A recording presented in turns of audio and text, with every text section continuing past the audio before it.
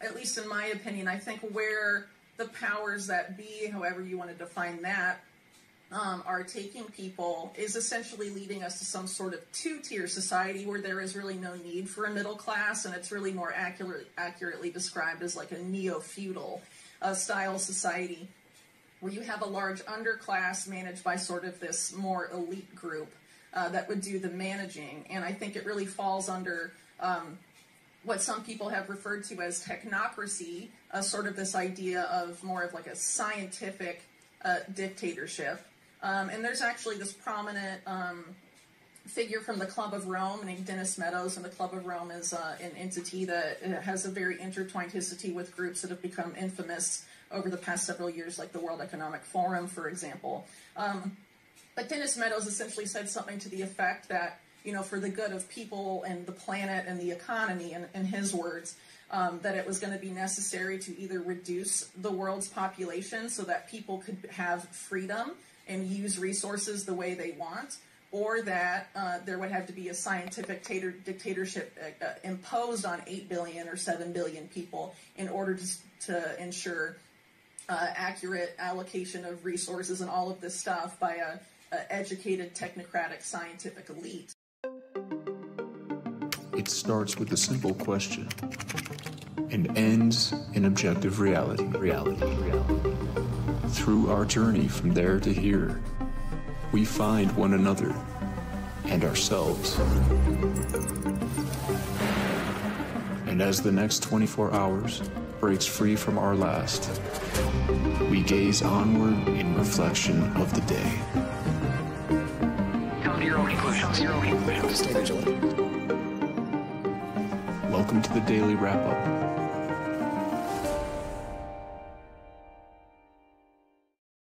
Friday, August 29th, 2025. Thank you for joining me today. Some really interesting developments around the mRNA conversation that I want to start out with today that I found pretty shocking, to be honest, that Kellyanne Leavitt just basically publicly discussed openly what we've been telling everybody was going on. It's just an interesting development in general to see her come out and say point blank what they have been like denying, what the entire MAGA movement's pushing back on. But of course, this is a much smaller story in the context and the way people view everything going on today around the shooting that took place.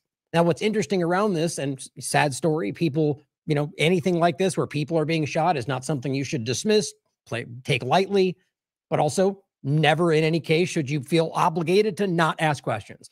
Should you ever feel that it's inappropriate to investigate, to question what the police say, to look at the information that's in front of you and ask yourself whether the government could be lying about something, could be manipulating something, could have entirely faked the entire thing. Oh my gosh, we're not allowed to say I mean, obviously, historically, these are things the government have done. That's a fact. But as always with situations like this, it's never, you know, I always argue from my perspective, my opinion, that decorum is important, especially when you don't really know for sure, when you're investigating something. And to come at it hard as if you know for a fact it didn't happen, let's say, even though you don't know that for sure, is pretty disrespectful to somebody who may have actually died, if that happened. My point is just to come at this responsibly and investigate, call things out if you think that's the case. Don't shy away from saying something that you think others would, you know, if you think the facts back it up. Now, what's interesting to me, I'm not even really going to go through the story of the shooting like maybe I have in the past. I mean, I am in many ways, but as I think everyone's already noticing, this story is clearly about something much more, like many of the ones we've seen over the last so many years have been. I mean, undeniable manipulation in regard to so many of these events we've talked about, like, and even just unparalleled overlaps to the one today with the same writing and the same way on the guns. It just, there's something very obviously off about all of this, whether you could even take it and make it about, as RFK seems to be focusing on, the antidepressants and the drugs they're taking. How long have we been making that case? But that's one part of a larger story. Take MK Ultra, for example. Very much believe so, and I think the facts back up the reality that that's not something that ever went away. But are these things involved? Is that playing a factor? Are all of them included? The bigger picture I think people are picking up on is, one, that it does seem like there's something off around a lot of this, but the solution, as it were, the problem, the reaction, the solution that is being presented for this problem. Now, whether or not you believe it's being manufactured, manipulated, used, which I do in many ways in different parts, depending on what story we're talking about, very much so. But I think it's obvious that that solution is being used. And I think that's the real story today. And I think it's even more interesting that you find a lot of the, mainstream alternative media types out there that seem to be really doing their damnedest to make this about one part of an all of government problem. Whether they know that's only going to allow it to continue or not is irrelevant to me right now. It's about trying to highlight what I think we've always been calling, what is clearly coming, which it's not just about who called this or not. I think anybody with a brain has seen this coming, has seen the development left and right of the different moments that have brought us to this point. And I think it's very important to discuss the idea of pre-crime, of AI control structures, of Israel involvement, of all the things that we've been talking about.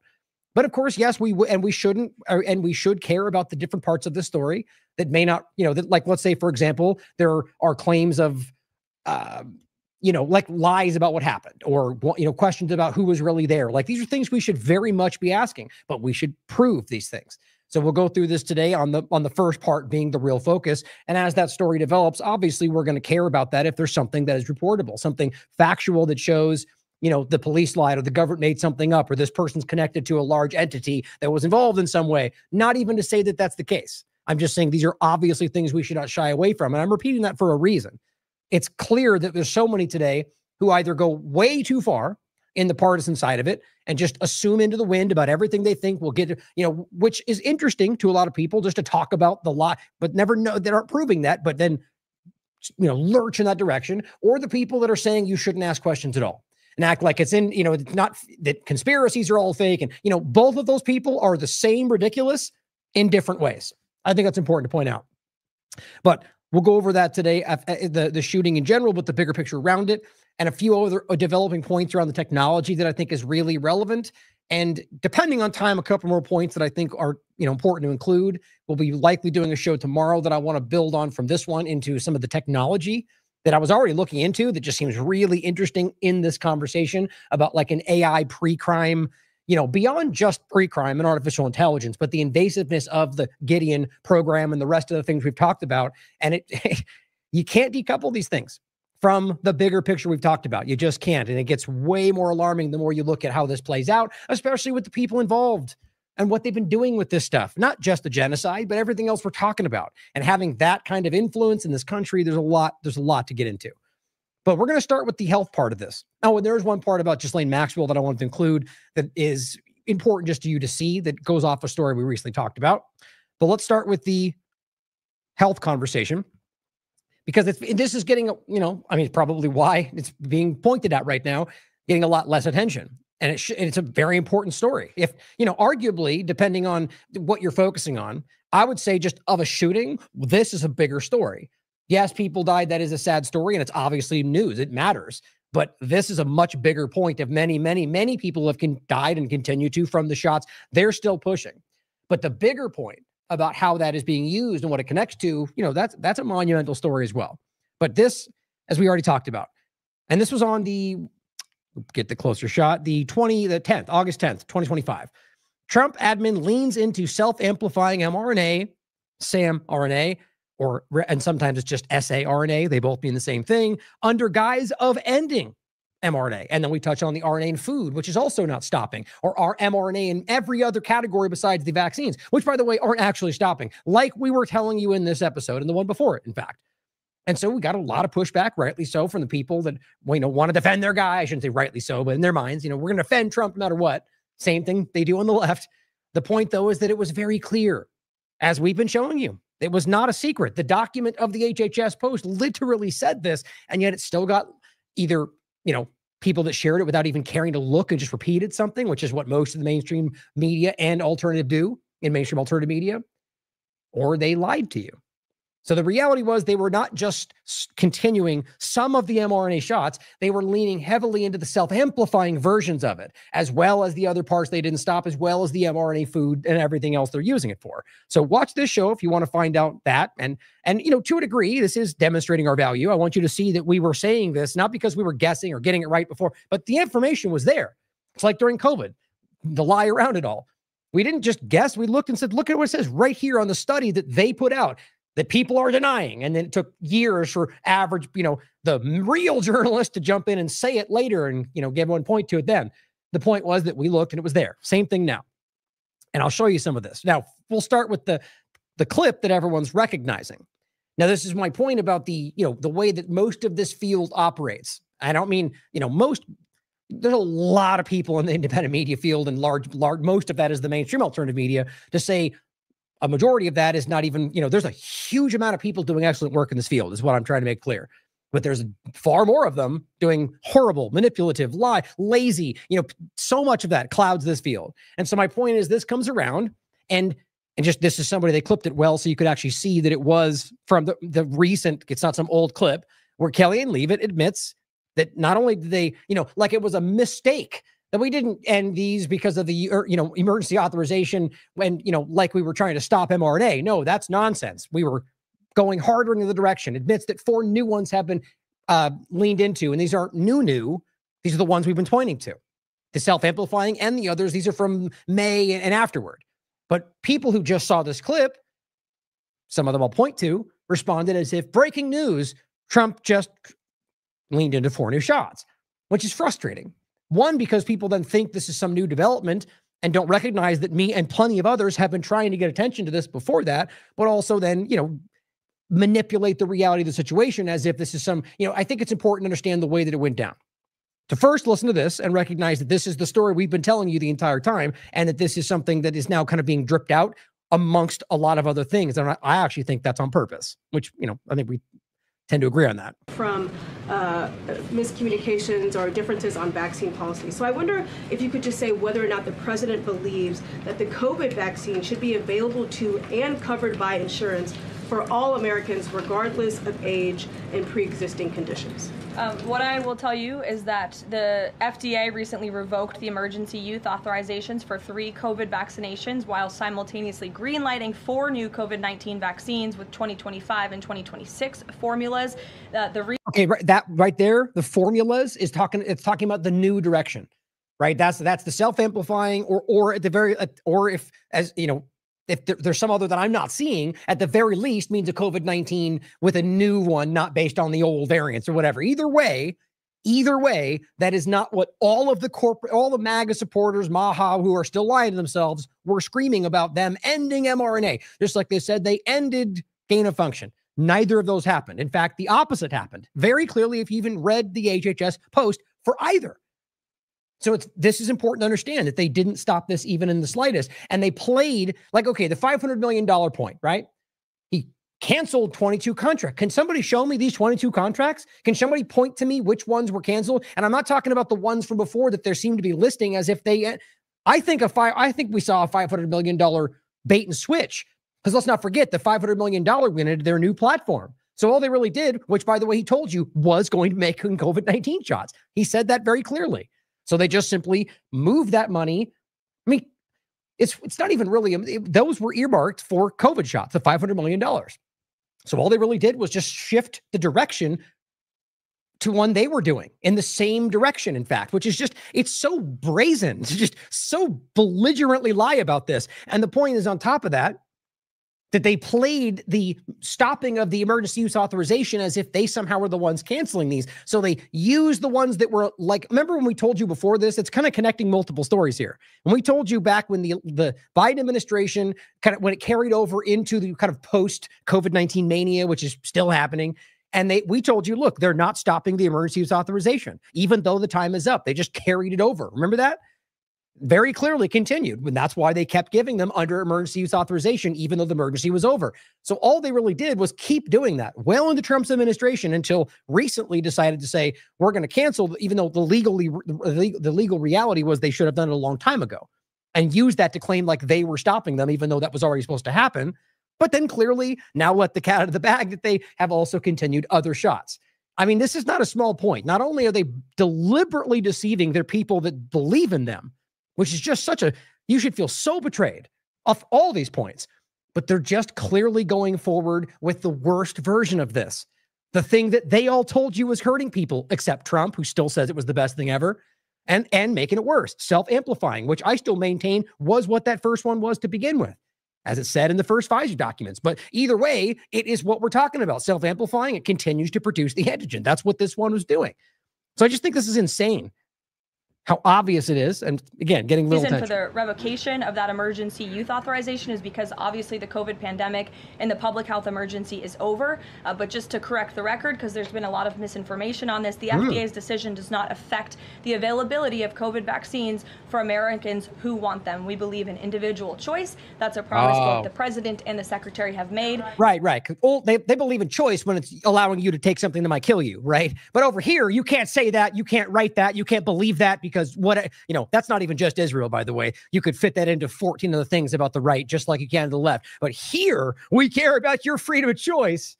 Just so stupid. Like I just saw the Department of Homeland Security talk about defending your right to religion, except here are 14 of them telling you how Muslims want to kill everybody, or how if you're Muslim, you're bad, or that all of that religion hates us. Trump has said that. But yeah, they care about protecting your religion, except this one, except that one. Not in Iran, though. It's just, they're such hypocrites. And if we're honest with ourselves, it's not hard to see.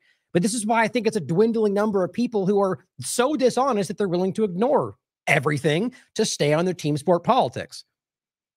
So here, this is Lisa Christine says Trump just authorized 4 new shots. Again, which isn't actually what happened. Even if you listen to her, she says that they weren't just authorized. She's just reiterating that they had been around this transition point when they claimed they were stopping the other ones. But still good people pointing it out. But just on a kind of surface level note there, just recognize how much of the conversation is reactive to whatever they put in front of you. And I don't even mean in a dishonest way. People don't know. They see it. They respond. But when you're a journalist out there, when you're a reporter out there, it's your responsibility to do better. I'm not talking about her necessarily. I'm just saying anybody out there who is in this field, right? And so ultimately, I think it's important to highlight somebody like this, wherever I put that. Stu Peters. Well, you know my opinion about. I think he's kind of grifting as a journalist, trying to, emulate what people who are really doing this are out there doing. He says, Trump just authorized 4 new COVID vaccines. Same point. And I said, no, he did not just do that. One only thinks that if they are simply reacting to what the White House just said and or whatever is swirling on Twitter. The TLAV audience knew about this for weeks because we simply looked. I think that's important. So Sasha Latipova calling this out, same point. Here's the chief nerd. Breaking! The FDA just rescinded the emergency use authorization for COVID vaccines. But so here's what's so crazy to me. Not only is that clearly not even accurate, you rescinded the shots that were under the use authorization, and they're just simply creating more COVID shots. Now, I haven't even gone in deep around what mechanism through which they're, I guess the difference is they're not forcing it, not necessarily right now, and they're not rushing it out, even though if you really look, the time frame through which they're making these things are not 4 years long, so they're doing the same thing. It's AI, it's the same point. So I think this is a very clear partisan sort of the bottom line is they're still going forward with COVID shots, both mRNA and mRNA and self-amplifying mRNA, very clearly. And she simply says false. They approved new versions of mRNA shots, including for children. You see the clear difference? So if you report this as, hey, they stopped it, they ended the use, they stopped COVID shots. I mean, that is not just slightly inaccurate. That's 100% the opposite of what's happening, like most of what's happening. And Sasha Latipova has done a great job calling this out. Now, on top of that, and there's plenty more we could go into. If you want a deeper conversation about this, watch the show I just pointed to before, because this was just updating you on the fact that it's, this is what we told you before, and it's only just now being recognized by plenty of people. But on top of this, guess what? This is on the 26th, right? It's the 29th today. Trump met Bill Gates at the White House on Tuesday. So what is it, the second or the third time he's met with the person you wanted to be in prison since he got into the second time in White House? U.S. President Donald Trump met with Microsoft CEO. Microsoft important, by the way, because he is still the CEO, and it is coming out left and right how it's basically, and I only say basically to be objective, because basically an Israeli operation. I mean, and it's not that hard to see. Even WikiLeaks just called out their Azure program and the Unit 8200 groups that are just, there's a whole thing going around about how they're literally just hiring. It's a different story. The point, and actually it relates to what we're going to get into in a minute, but my point is to recognize how this infiltration is damn near everywhere, and it all seems to relate back to the few things we're talking about, whether it's the invasive health direction or the invasive AI direction through government. Funny how those things connect. And it says, and he met on Tuesday this week, citing a senior White House official. It's not immediately clear what they discussed. So remember, last time he was super excited. We just played that for you about the direction of the vaccines that Trump discussed. Here we are. You can't really just, you can't pretend this isn't happening. He met with Bill Gates. They were excited about the vaccines. They're still doing the vaccines, and they're going in the direction of self-amplifying, which is what Bill Gates has said was the next step. Here we are. So if you're going to pretend like Gates is not advising Donald Trump on the direction, or you're going to pretend like they didn't go speak at World Economic Forum at the beginning of the administration, or if you're going to pretend that Larry Fink is not an inner part of his circle, BlackRock, all the things that you're calling out everywhere else, then you're simply lying to yourself. This is the problem. It's in front of you. And I'm not saying it's more or less than the other side of the paradigm. In my opinion, is it's all the same thing. They are part of that problem, the government. But if we keep pretending like if you keep pretending like it's not all one thing and it's two sides, then you're going to be lost. But even more so, if you keep denying the obviousness of what's in front of you, that's just a choice, guys. It's a choice. Here's what Bill Gates recently said, just to show you that this is the direction. And he's all excited about it. Second time he's met with Trump. We'll have new vaccines. We'll have a TB vaccine, malaria vaccine, HIV vaccine, and even the things like COVID vaccines. We need to make them have longer duration, more coverage, and we're going to change, instead of using a needle, to use a little patch. See this?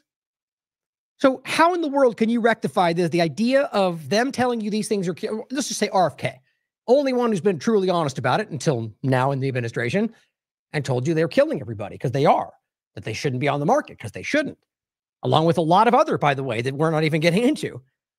And he's the one telling you longer, faster, quicker delivery. Is that what everybody voted for? Is that the mandate that you're talking about? Got to be honest about this, because that's what's happening, and he's all about it. It's not, there's no disconnect here. It's what they're doing. So the pandemic really highlighted that we've been underinvested in those innovations, and our partners in India are part of how we're going to get these breakthrough products done.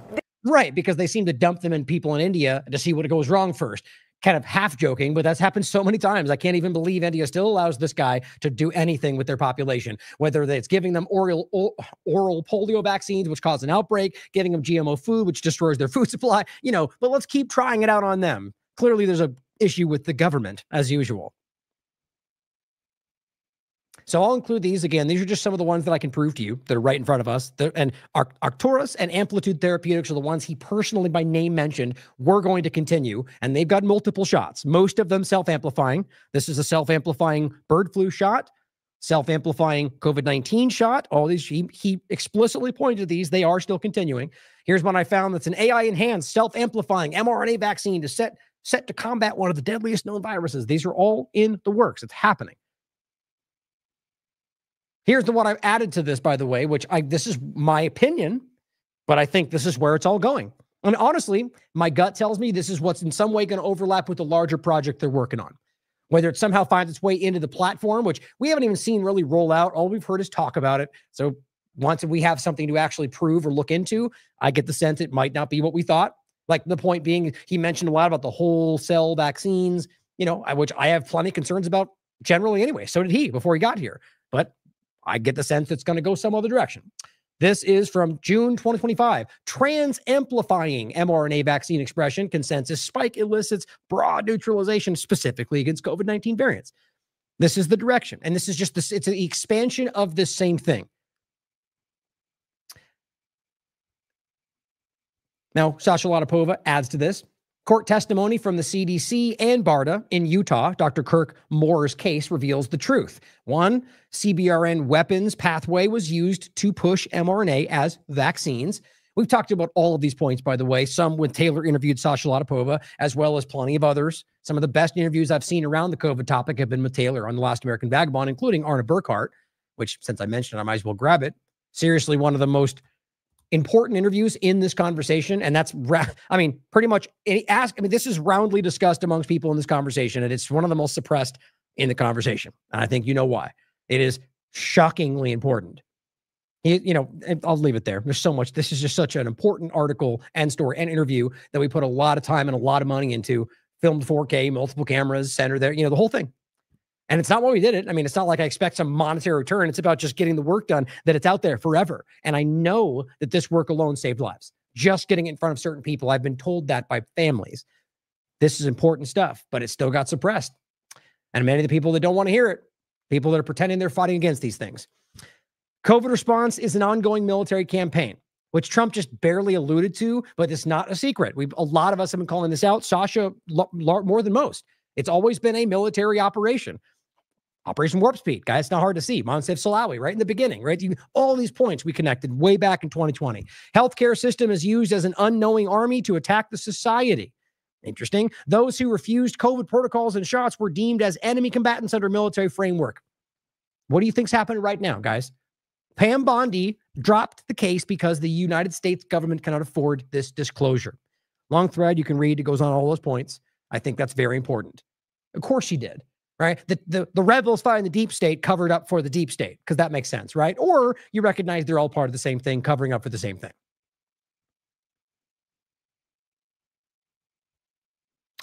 Jason Bassler adding two last points to this health overlap, which, by the way, interestingly, dovetails right into the next part of the conversation, both because of pre-crime, AI, Palantir, Israel, pretty much all of it right in one spot. They just made Peter Thiel loyalist Jim O'Neill CDC director. Oh, I was going to grab that. I forgot. Not that I'm going to take too much time because I know what they are. But I wanted to get this in the show notes for you because both of these articles are very important for this exact point. This just adds to the same conversation. So here's yet another Peter Thiel acolyte. I got to be honest. I mean, I'm always honest about these things, but I got to be very blunt about this in regard to Thiel. You compare this to Obama. Like, okay, Obama in the Citibank point is always a good one to make because it was really ridiculous and obvious. So I've never seen this, like the amount of people connected to this one man, let alone Palantir and the inner circle and Andreessen and their philosophy, driven by Curtis Yarvin or the rest of them, right? Karp alongside him. There's a lot of moving parts, but him in particular, I borderline unprecedented, but that's only probably because we don't really know the extent to which it's always been there in past administrations. I mean, we do know, but like the extent to which I think this is wild.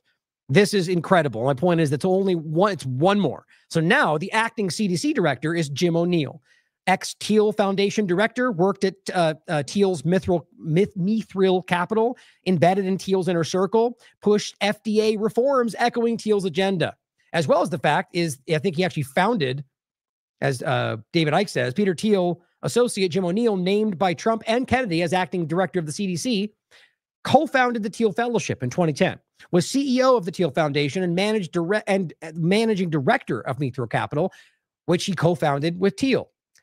None of these people are in the direction of what we're talking about. They're all going in the direction of the AI, drugs, and everything else that pretty much conservatives more than anybody have been concerned about. One more thing to call out. He says, meet the new CDC, brought to you by Palantir. No joke. Now, of course, you got everybody in the mainstream alternative media pointing to one thing only, or one focal point instead of the large, none of them are talking about Epstein anymore. None of them are talking about any number of very clear, important points that they would have told you is the world-shattering story if Biden was in power. But now RFK Jr. wants to focus on, which I do think is an important point, but we'll see whether it goes to the right point, the drugs that were being taken by the person who did the shooting.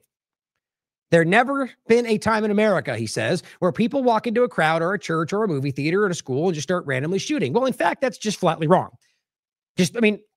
Not hard to look. Whether we can look through like news documented things or go well back before that, are we really going to pretend that let's just say I'm going to easily argue that it's way worse today. Way obvious reasons, those included antidepressants, all sorts of endocrine disrupting chemicals, all sorts of things that throw your body out of whack, glyphosate, dioxins. Now, individually, those things wouldn't cause something like that, but in all together, we've talked about this, the synergistic in a negative way connection between glyphosate and the COVID-19 shots and the endocrine disrupting chemicals, and in particular, the things like the SSRIs.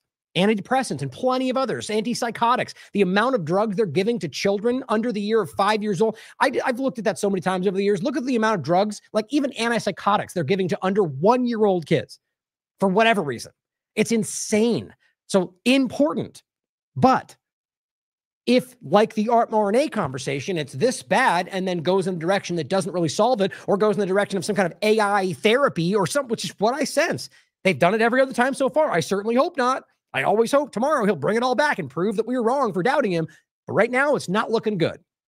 Anyway, my point is, this is where he's focusing on the drug direction. And I think it's important, but let's realize the bigger point. Immediately, Melania Trump, of all people, comes out screaming about pre-crime. And we have this weird overlap with the Gideon program and these posts that were made on his own YouTube before it got here, talking about the next false flag and all sorts of weird things. All it comes down to, in my opinion, is that they're literally using this, even if it was a genuine thing, they're now using. Never let a good crisis go to waste, to roll out the pre-crime direction that we have always been warning about. So before we go there, I want to go over a couple more points. I only just put this at the end of this to connect with the RFK Jr. point and to see that that's where people seem to be trying to make this about the health overlap, which is important. We'll come back to that. Oh, I can grab this one too. For the podcast, I'll include both these articles Derek did. Very well done. Both about the overlapping circle of Peter Thiel. Meet the Peter Thiel acolytes in Donald Trump's second administration. And of course, the bigger overview of the philosophy. Meet the man whose philosophy has influenced Peter Thiel and the technocrats. His name is Curtis Yarvin. This all really comes back to that the deny, like the many different points we can see, the deny, lie, and never apologize, court system, whatever, or the idea of, if I'm saving the country, I'm not breaking any law, the Napoleon Machiavellian point. I mean, it all comes from this kind of idea, right? Where it's oligarchs to rule to keep you safe from the other bad oligarchs. Like all these, I think it's ridiculous. I think some of them truly believe this nonsense, that they are somehow the good dictators, or however you want to frame this ridiculous thing. But honestly, the truth of it is, I think at the end of the day, none of these people even care. It's about power. But we'll come back to that. Quick points about some overlapping things. Really, both these points we're going to go into right now are about the kind of the same idea. Sorter and the rest, pointing to RFK Jr., talking about the antidepressants, making it about, the one side. It's always about something, some Soros point, which is not irrelevant, or the idea of just about the left. It's one-sided thing, or the trans problem, or which is clearly involved, as this is a man who turned himself into a woman, if you want to call it that way. And that is what we're talking about. But those things are relevant parts of this story. But if it all amounts to the one end goal they're trying to create, then maybe we're missing the forest for the trees here by focusing on yet another, shockingly set up story. Like the way that this comes out.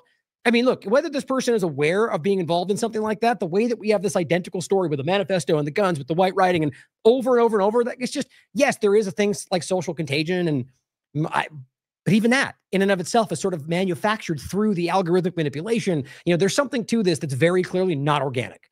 Well, that's just undeniable to me. But I guess my first instinct when I looked at this story was why am I going to dive through yet another organized story by some intelligence operation?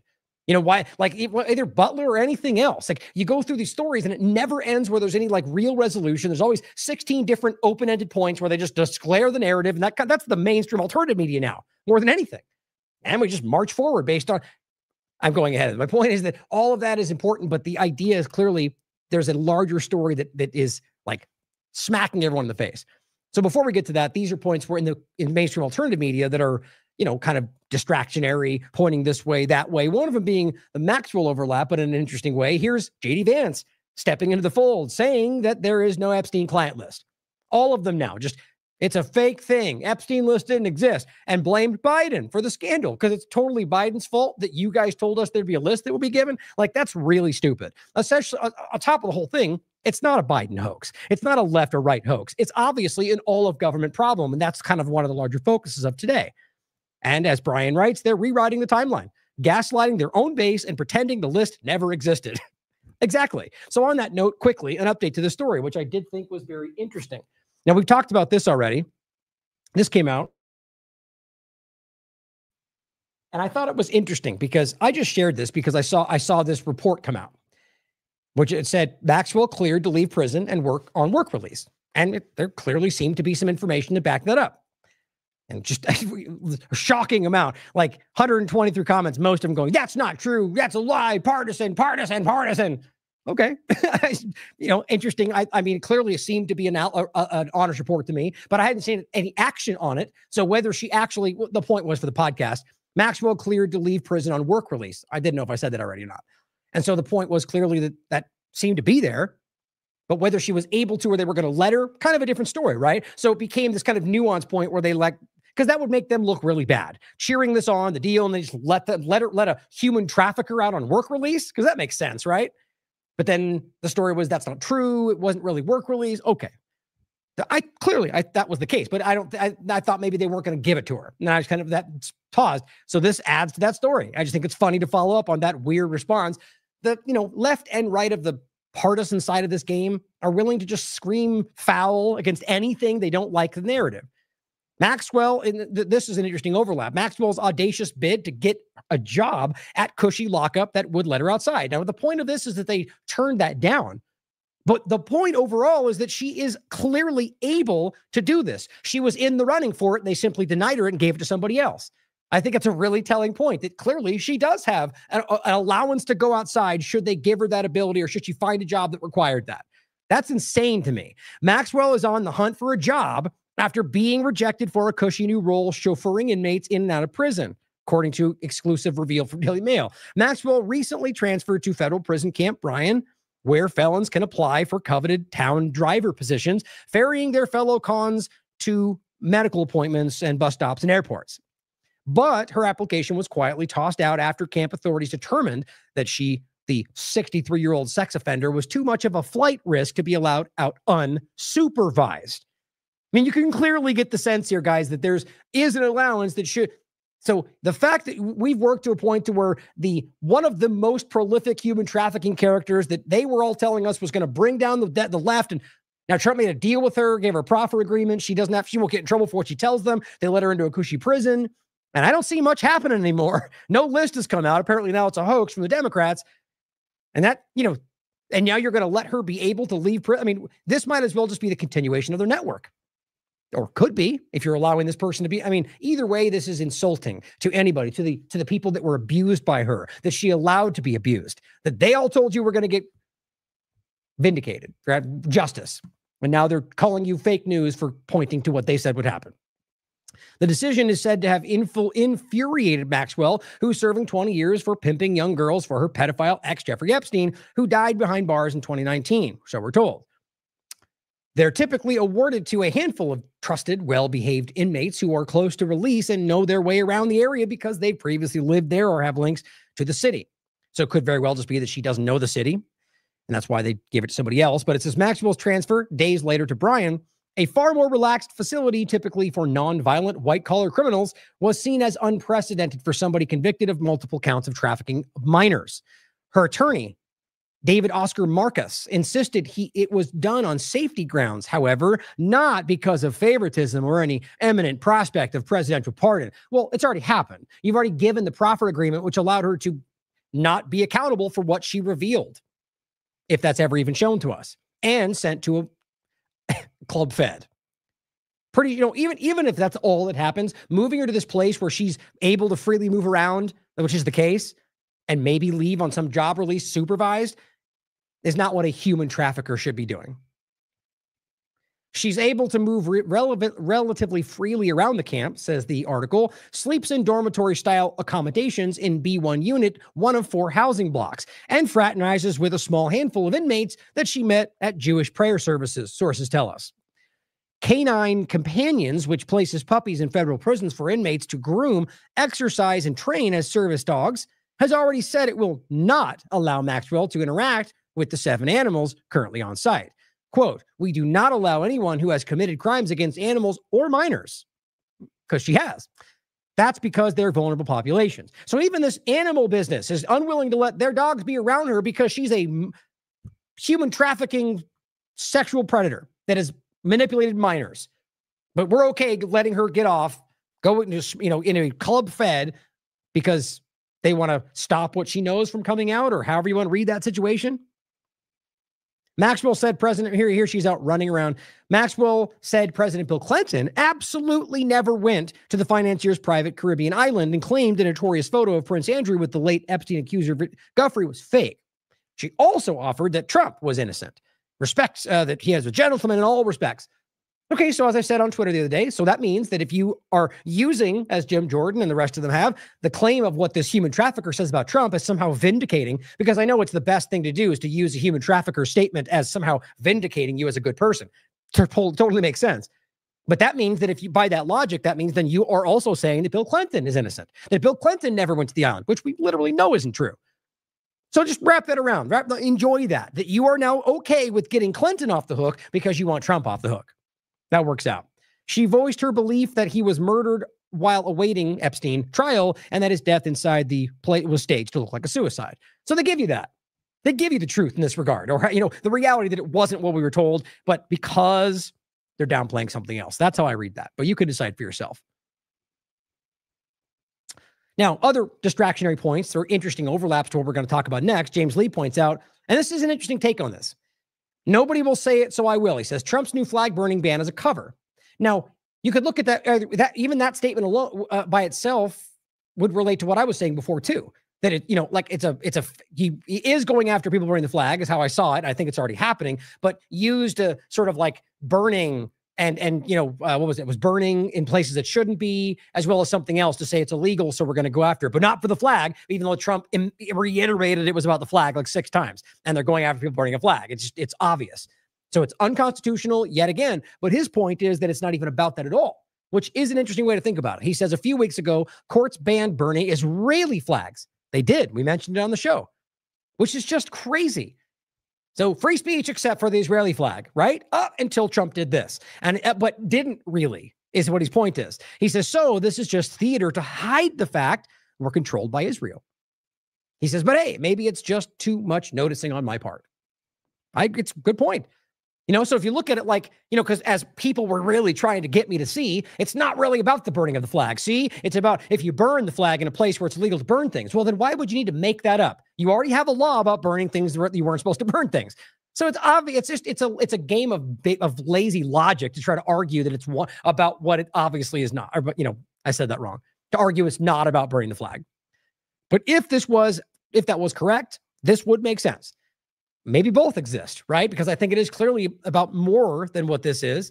But with the Israeli flag being the only one, it was a really obvious point. So he added this. But so now they're unconstitutional in 2 ways. It's just pretty silly. But I think that matters. And I think the point is the flag, these stories are being, it's about one thing at the end of the day, how this all comes together. Another distractionary point I think is interesting is that Alex Jones is still continuing to talk about the huge DOJ actions, or at least he was up until a couple of days ago where he just kind of stopped talking about it because maybe it's not happening. We'll find out. Any updates, Alex? I said I'm super excited about these clearly not fake big actions coming. Oh, and is Obama in jail yet? Since you said that was a sure thing, asking for a friend. Remember, the point was that because we're going to get him like we didn't get Clinton, right? Well, maybe it'll happen tomorrow. I mean, maybe there are big things coming. My point is that he has a very clear track record, despite the narrative of screaming things like this that literally go nowhere. And he says in this very clip that, me, I don't say things like this if they're not true, but to which we should all laugh out loud. The bottom line is, do you really think we're going to have some massive rollout of military tribunals or grand juries about Obama and Clinton and Brennan and Comer? I certainly hope so. They're all criminals. And even if it does happen, and I'm wrong about this, I would still be happy and cheer that on because we all should. I just get the clear sense that this is like many other examples of the past, and it's about trying to get you to look anywhere than the obvious, which is that all of your government left and right is putting you in a cage right now, which people like that used to tell you was coming, and now they don't want to talk about it. Another interesting overlap to this, same kind of thing. I'm a little less, I feel I'm clearly much more skeptical of people like Alex Tucker. I'm still, I'm with all of them. I'm always open. I hope I'm wrong, and I want them to be suddenly seeing the bigger picture. Even if I don't like them or think they're ridiculous, I would still cheer that on. My point is that I still am very skeptical about this character and where he's going and how he's half a step out of the corporate media. It's the way, but yeah, he pointed some things out that I think are good recently more than ever. But a lot of it is this kind of stuff. For nearly 25 years, the story on 9/11 has been withheld from the American people. Oh, has it, Tucker? No, it hasn't. You just haven't pointed at it. In fact, you derided it. You talked me down to it. Many of us have called this out repeatedly for a very long time. Or by the way, right beneath this, shout out to architects and engineers for 9/11 Truth. That's Richard Gage. He's been calling it out the entire time. So, but hey, maybe he changed his mind. Maybe he suddenly sees it, right? But here's a clip that I think you should see that's been going around that is what he changed his mind from, if you think he changed his mind. Worth hearing. What happened? How did you? Why did you bail on Ron Paul? I'll tell you why. I didn't bail on Ron Paul. It's when Jesse Ventura got up and started saying 9/11 was an inside job. He didn't say that. Yeah, he did say that. No, he said that it was curious why the FBI, had Bin Laden on. Look, I'm the list. I got it. I was there, and but. So you had to leave because that one controversial. I was enraged by it. It wasn't controversial. So you were personally enraged. Let me answer your question. Sure. It wasn't controversial. It was stupid. And if there's any evidence that the government was behind 9/11, I believe anything if there's evidence, but there isn't any. Okay, so here's what's funny. Someone in the chat, which I'm not disagreeing with, it's a good point to make, is that he was with Fox News when this happened. So, a lot of times the argument becomes that somehow like that, even though he still to this day told you that he was never forced to not say things or pull punches, but he was, and we know that, it's obvious. That here he is in a Fox, and he's not at a studio. He's out talking to people, and there's no evidence, he says. I mean, at that time, as a matter of fact, that's not true. Are you saying he didn't see it or he didn't care about it? I mean, guys, these aren't things that you evolve. These aren't opinions that you suddenly wake up from. That's a lie, either a lie or an example of bad investigatory practice or bad not due diligence. Either way, it speaks to him, whether or not he evolves his opinion about 9/11. But hey, even if he did, though, if he suddenly sees it and he's being honest about it today, maybe this is because he was listening to the wrong people then. But it still shows you something about character, about principle, and I do think that's important. So knock it off. That's my view. Okay, but I said that to him. Sure, but one stupid person says something stupid at a Ron Paul event. I hate that. And by the way, I am open to almost any crackpot theory about anything. It's just on that subject. Come on, you know what I mean? That's too much. That even for me. So doesn't that sound familiar? Right? You can't talk about that. No, it's too sacred. Right? Same thing like many topics in the world that we're somehow not allowed to talk about. Not even to say that there's some conspiracy. There's plenty of topics out there where it's like a thou shall not. I mean, the entire conversation of Israel has been like that for a long time until very recently. The point, though, is that that's what he's doing. Come on, now that's too soon, or whatever. It's like, well, the facts are relevant no matter what time, no matter how uncomfortable. Just out of curiosity, then, what's your take on Building 7? Which explanation do you believe? Come on. No, that's a serious question. Which explanation did it? Which explanation? There's two explanations. It was either it was pulled or it was isolated pockets of fire in the building that were sort of side effect from the two towers coming down that brought it down. This is a no-win conversation, so I'm not going to continue it. But let me just say one thing: my macro view is the obvious one, which is the buildings came down because a bunch of nutcases flew a plane into them. Okay, so are you still supporting Ron Paul? I don't know how you can walk away thinking that that's something you can change. That, if he looked at all at the evidence that was clear at that point, that's him gatekeeping. I don't know. I wouldn't say I'm supporting Ron Paul. I like Ron Paul. I've always liked Ron Paul. So, are you supporting anybody in the race this year? No, I don't support. I don't even. You're vote an objective someone. journalist. I don't even vote. I'm hardly objective. I'm honest. I'm not objective. Certainly not afraid to speak your mind. No, I'm not. No, you can assess my views. They're very clear. You have any but message? I hate that 9/11 crap. Wish they just kick those people out. I mean, right? Yeah. How dare you have an opinion that we don't like in the inner circle? Just kick them out. Really? It's important for people whose family is still involved to know the truth, whether or not the government was involved or whether it was terrorists. But there's a history of government-sponsored terror throughout the past century. Exactly. So what do you mean kick them out? I don't. Right. And so in case you missed it, he was really dismissive about what that guy said, too. Are you now really going to pretend like there's not an obvious history of the government doing just that? I mean, these are not evolving opinions. You were being willfully ignorant when your paycheck was important because of that. That's my clear opinion. You could decide for yourself. That is not something that look, I get, you could even say it. Maybe he has changed from that too. Maybe he changed and realized he wants to be accurate, but it doesn't change that. Just like I said, it doesn't matter about the past. If he suddenly starts doing the right thing, or even for the wrong reasons, consistently, I'll still point to it. That's opportunism, like I keep talking about. But I will never, with anybody, start going, he's right because he's been right over here. He said this all up until now, so I'm going to trust the next thing he says. No, that's what they want from you. Question everything. All the time, including people like him. And I simply said, so here, in nearly 25 years, right? Could he change his opinion? And I said, I know. It's certainly possible for CIA to change their mind over time. Clearly, I'm kind of joking, right? The point being, I could say it's possible for Tucker to change his mind. Just trying to make a joke. The point, though, is you can't decouple these things. I mean, he himself has said, his father, how he tried to join, all these overlapping points. And maybe you could decide whether that means he's doing something or not. And Spiro said the same thing, but added what Cynthia McKinney pointed out. He says, this cannot be ignored. Former Congresswoman Cynthia McKinney speaks out. Tucker participated in the 9/11 cover-up and is now playing dumb to earn street cred. CIA written all over him. This is from August 26, 2025. This is August 25th. Cynthia McKinney says, Nick Fuentes is absolutely correct in that Tucker Carlson and Candace Owens are the guardrails beyond which deeper-looking thought is not permitted. When I demanded the independent investigation of 9/11, Tucker led the charge against me. I'm not interested in thinking with the guardrails in order to understand the way the world is really organized. One must go beyond the guardrails, and that's the conversation I want to have with you here beyond the guardrails. Good for her for calling it out. Which people are attacking for her just for saying that. That's her opinion. Shannon Joyce says, I think Tucker should run this clip on his show. It would be hilarious. I don't think it's wrong for people to change their opinions. I find it refreshing if they're honest about it, and Tucker's recent 180 on the topic of 9/11 has been fascinating to watch. Well, it's not really a 180 because even now he's not really, like, if you watch this, or, the clip that I had of his, 9/11 history, watch our 5-part series, it doesn't even scratch the surface of what this does. James Corbett, hands down, above and beyond anything else you will find. This, I just think, I'll get this, the links are in each of these videos. This was our watch along that Corbett asked us to do. Me and Brock watched it with him as we did like an anniversary of it. And it was his 3-part, and we aired the 3rd part live of his secret documentary called False Flags, A Secret History of Al-Qaeda. And it is obviously about 9/11 and the many different points before and after 9/11 around this topic, the secret history of Al-Qaeda.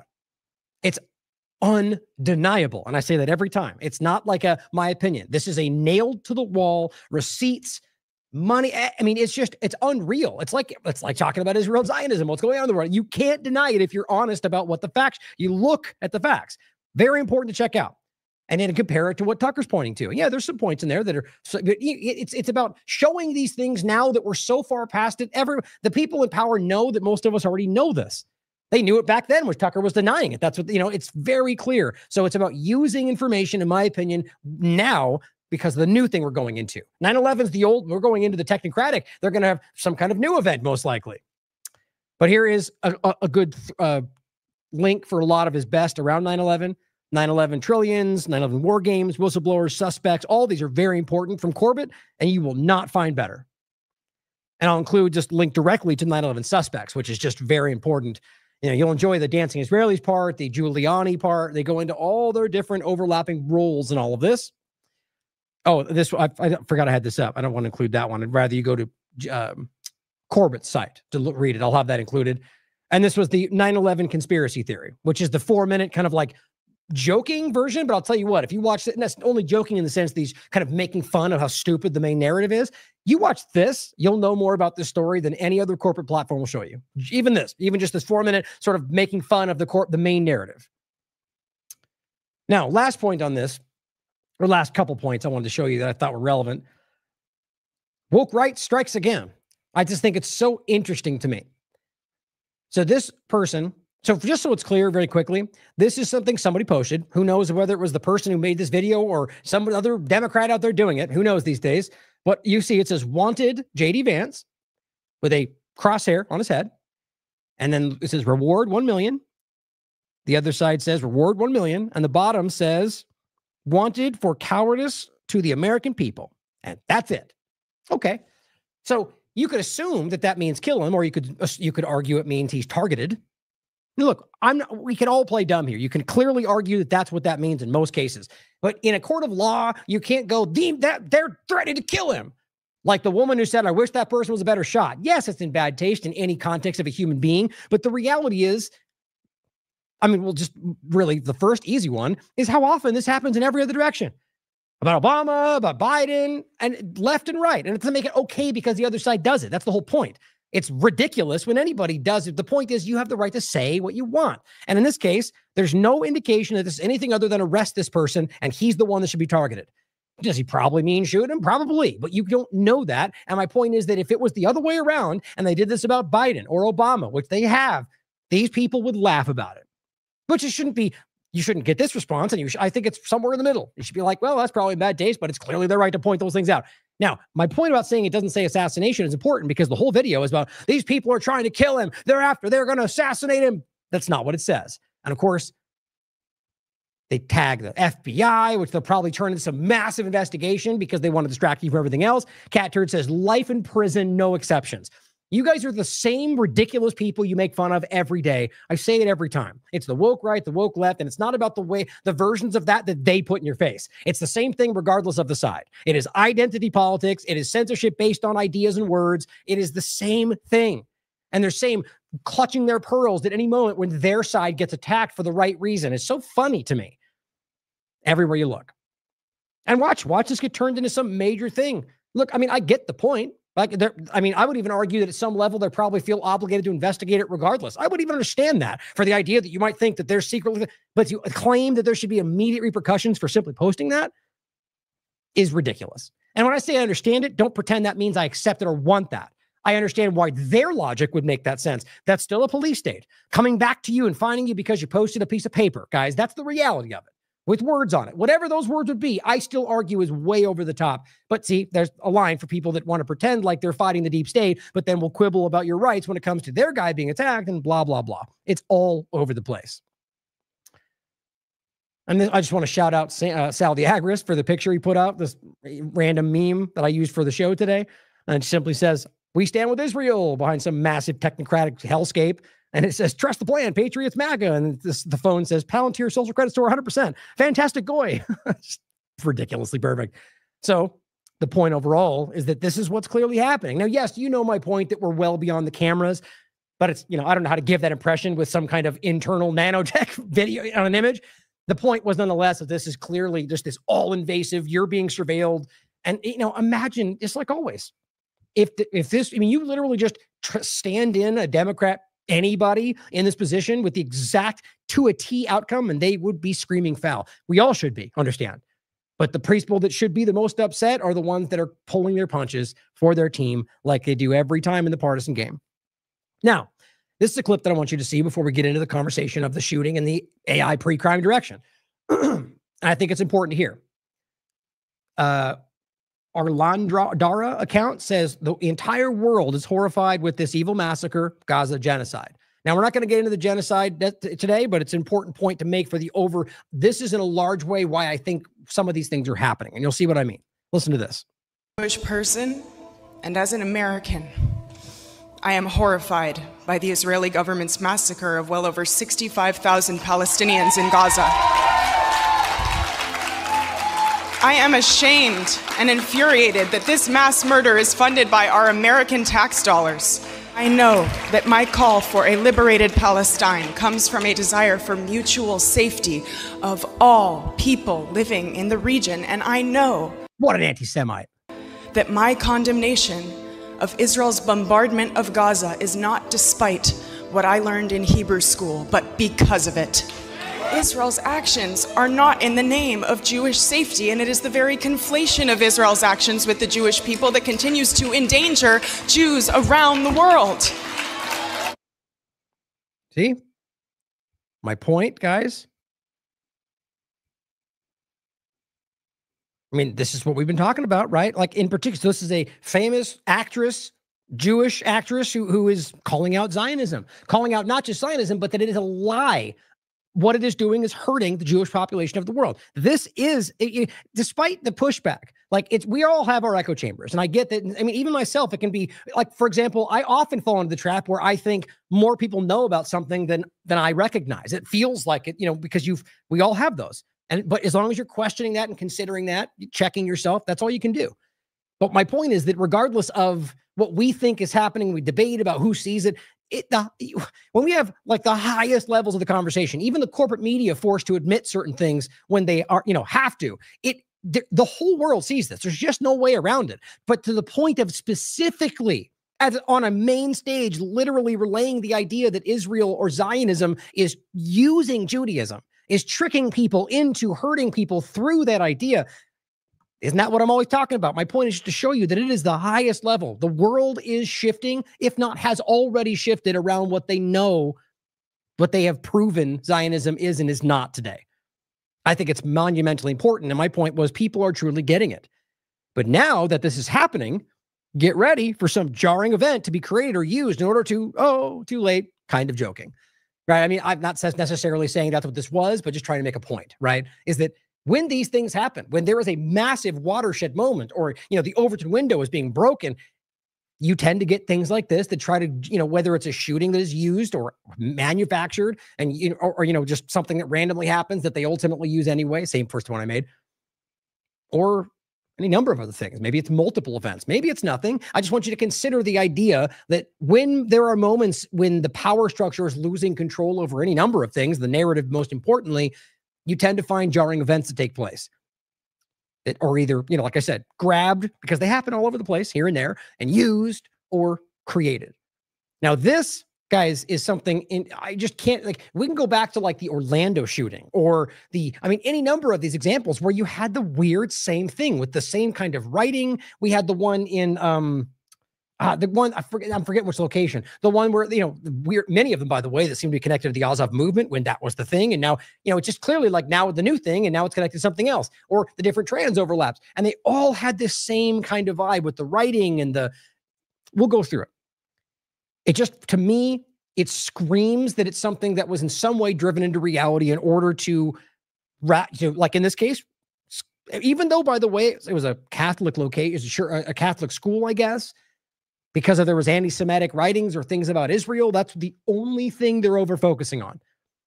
And it seems pretty strange to me, but let's go through it. So first, here's FBI Director Kash Patel. As we continue to investigate yesterday's barbaric attack from Robert Westman, the male subject, the point is that it is a trans woman is what they call it, right? So it's a man who turned himself into a woman. And now I think it's Robin Westman, or I think that's what it was, right?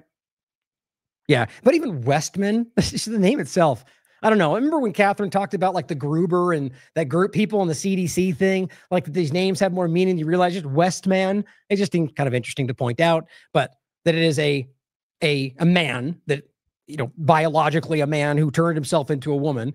Our team, and his name was Robert Paul Westman, but then turned himself into Robin or called him that. Our teams have gathered information and evidence demonstrating this was an act of domestic terrorism motivated by a hate-filled ideology. So this is the hate-filled ideology. Now, what does that mean to you? Does that mean that he hated people enough to kill them? Well, that's not what they mean. This is a category. Let's just say you decided, I'm going to kill those people because they insulted me that day. You could call that hate, but to call an ideology is a step farther. And I think this is clearly about trying to create a category in which people will be couched, like we see with Palestine, like we see with people calling out Israel, just in the same way. But arguably, as we can see, that is exactly what's happening. But I just mean in general, though, general terms, that whatever the focal point is, this is how it will be used. And I think it's important to see that. But right now, what are the big buzz points? Anti-Semitism, clearly. Even the gun conversation is being, you're going to get this from the right, guys. Donald Trump has been somebody leading that in a lot of ways, even from the right, with the bump stock action, the idea of due process later with guns. Brian from High Impact Flicks will tell you that. It's weird how few people want to point out the bump stock ban. Overall, I think my opinion is it's the government entirely, and that this will be used in that very way. And of course, though, it comes down to the idea that we have to do so because of something that will be used by immigration, obviously, I think will play a part in all of this. But some updates, he writes, subject left multiple anti-Catholic, anti-religious references, both in his manifesto and written on his firearms. Okay. So if it was anti-religion, why is it that why is the conversation seeming to hyper-focus it on just Israel, just Palestine, I think you obviously know why. But it says, subject expresses hatred and violence toward Jewish people, writing Israel must fall. Well, that's not the same thing. Free Palestine, not the same thing. And using explicit language related to the Holocaust. He wrote an explicit call for violence against President Trump on a firearm magazine, which again, that's my point of you getting from the mainstream alternative media types, making it about some effort of the Democrats to go after Trump, and then tying in the Palestine aspect as if that's somehow only left. The typical lazy arguments you get from people that want to make it about what they want to make it about and ignore the bigger picture, which is clearly it's not about left and right. It never really is if you understand how this works. He wrote an explicit call for violence against Trump. The FBI investigation is still ongoing. We will employ all of our counterterror tools to ensure this is fully investigated. Okay, in the meantime, what's going on with the Epstein list? In the meantime, what's going on with the people you were going to, I mean, how about the ongoing pile of people that you told us were doing things behind the scenes, the holdovers from the FBI, the people at the Social Security who were stealing information, all these people. What about Gates and all the rest? Yeah, that's all old news. Promises, promises, promises not kept, and we're going to keep going. Well, let's pretend like everything's on the up and up. So this I'll include for you. Like I said, this is not going to be some deep dive on the nuanced of the story, because I think it's kind of clear that these things are almost meant to drag you into some never-ending rabbit hole. This is what it seems to me every time. But I will keep up on these things, as I've always have in the past. I think this is what we've begun to see. Like Butler, I felt like was a very obvious example. It's not even to say that it's the same thing, but it's clear that just got dropped. Like even plenty of people on Trump's side of this are still pointing out that story was kind of just didn't resolve. Nobody proved. We got given a fake story that half of the Team Sport Politics crowd just told you was the reality. So now they're the ones towing the mainstream narrative, and they just move forward. Or like plenty of them. Or even Epstein's a good example. Are we just going to let that drift into the background? Seriously? So this to me is anything like this. I'm cautious about that being the reality. And honestly, like I said, my opinion is that this is about what they're using it for, not even necessarily the way it went down, which plenty are out there focusing on that themselves. And I'm not to say that's not important. This is interesting, though. Bigfoot says the full transfesto manifesto from the Annunciation Catholic school shooting in Minneapolis, and started to try to translate it, but then gave up down here and said, never mind. Which I thought was funny.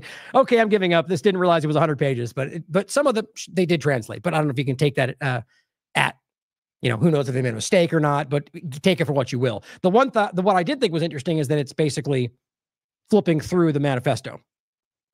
So, and it's, written in, I guess, whatever it's called, Cyrillic or like Russian, essentially language types, which I think is interesting. And apparently there's evidence they're wearing some kind of FSB jacket. There's all sorts of points that seem to kind of convolute this, but really just seem to add, it's like all your hits at one point. You can make it about Ukraine if you want. You can make it about Azov. You can make it about trans. You can make it about the guns. You can make it about, so it just seems like kind of an interesting point. But of course, again, my point is all the mainstream alternative media going after this, mentioning things, by the way, that are interesting, like CIA connections, DOD connections, which are pretty much the usual now, right? You get the manifesto, you get the background connections. They try to hide it first, right? But the bigger picture that is that they're just seemingly trying to force this into a left-right paradigm discussion. I think that's quite obvious right now. Now, I want to include a couple of points that I think are relevant to this, both some of the coverage before, also some previous elements before we get into the Gideon pre-crime kind of use of this story. First, just this story in general that we've covered. This is actually written by Matt Agris from the Free Thought Project. Parents catch FBI in plot to force mentally ill son to be a right-wing terrorist from 2018. It's just about the bigger point is that it's easy for people in FBI, CIA, any number of overlaps, Israeli intelligence to abuse, manipulate, take advantage of people, especially people in this kind of position. But realize that the MK Ultra overlap, that has such a buzzword. Just understanding like social engineering, predictive programming, those are all everywhere. Taking a step further, though, when we talk about neuroscience, neuroweapons, these are not a joke. James Giordano from the U.S. government will tell you about that all day long. Catherine Austin Fitts argues they're being used on people today. And these are things that could, as we've shown you, from the vaccine overlap or just using magnetogenetics, optogenetics, other inputs or or even that is a whole different topic from just being able to somehow like brainwash somebody. But these points are all in the world. They do exist, and DARPA and the government have never stopped going after them. Realize my point is that with this guy and the weird overlaps, we should at the very least be questioning that. And obviously there's so many kind of continuing points through this that it's almost like they're all part of some club. Or that they were all emulating each other, which is certainly possible, or that it was being driven into for a certain agenda. But this is something that is a clear case, and it's happened many times in the past. Despite the fact, by the way, they ultimately put him in jail anyway, despite the fact that he was literally proven to have been set up. That's how the government works for you, though. Caitlin Johnstone, another point before all this, August 27th. This is from the 26th. Israeli intelligence forces, this first, I'll just read what she said. Sure was nice of Iran to stage anti-Semitic attacks in Australia. This just happened. It's not actually what it was, which solely advanced the interest of Israel and benefit Iran in no way whatsoever. Very kind of Iran to help Israel like that. If you didn't see it, the argument was Iran was staging anti-Semitic attacks or conducting them in Australia. And she said, quick question, what foreign intelligence agencies associated with ASIO in this assessment? Guess who? Israeli intelligence forces might have played a part in uncovering the Iran plot that led to the expulsion of Iranian officials from Australia. Right, so they expelled Iranian officials because somebody carried out anti-Semitic attacks. And I think when you look back at the larger history, which Caitlin Johnstone is clearly pointing to, Israel has a very long, obvious track record of doing this themselves and blaming anybody else. I mean, being caught for it. ADL marches, let me see if I can get that actually.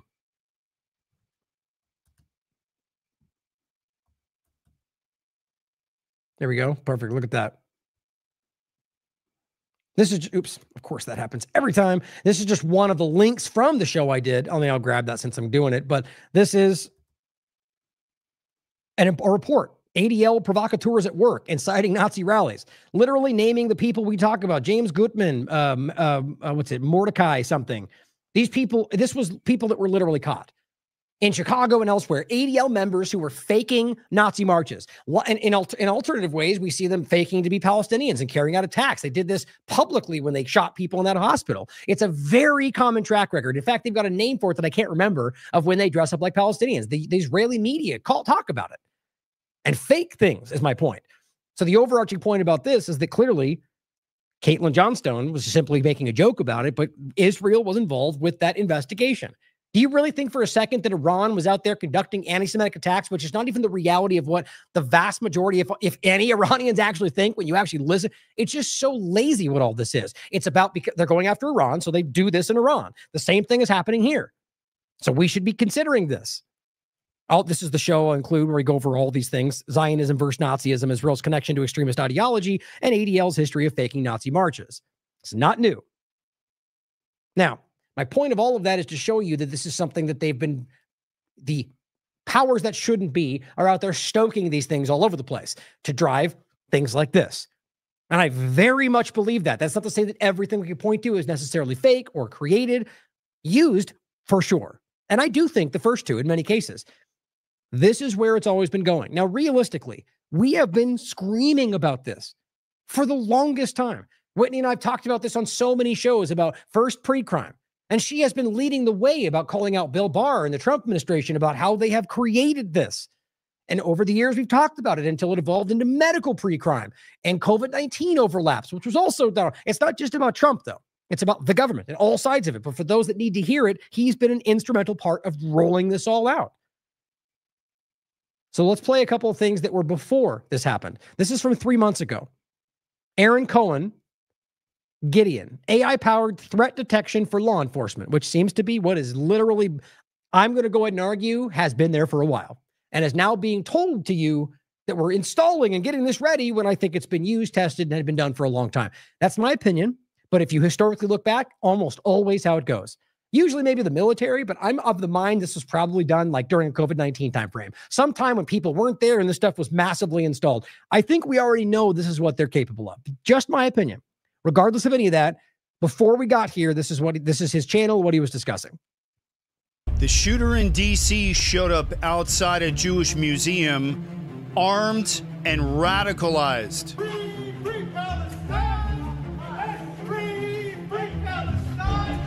Just like Parkland, Uvalde, Colorado, the warning signs were there. 98% of attackers leak intent online. This shooter didn't meet some Hamas recruiter in an alley. He met an algorithm, but no one caught it, and that's why I'm building Gideon, the first system that flags threats before they attack. Great. That's pre-crime. Well, okay, right. He didn't just meet Hamas, because that's what this is, right? No, not even remotely. It's about people that care about Israel murdering children. And on top of that, the person there's a whole other story we can get into, but not distract from today's point. My point, though, is he's talking about the idea that this was an algorithm. right? So it's not the algorithm. So something online that has to be kept from you is what that means, right? So there's something out there. So it's content, it's ideas, it's certain technology that we have to block and keep you safe from, but also monitor you all the time to make sure that you weren't taken advantage of by that. This is exactly what this is. AI-powered threat detection for law enforcement. The system that stops the next attack before it starts. How long have we been telling you this?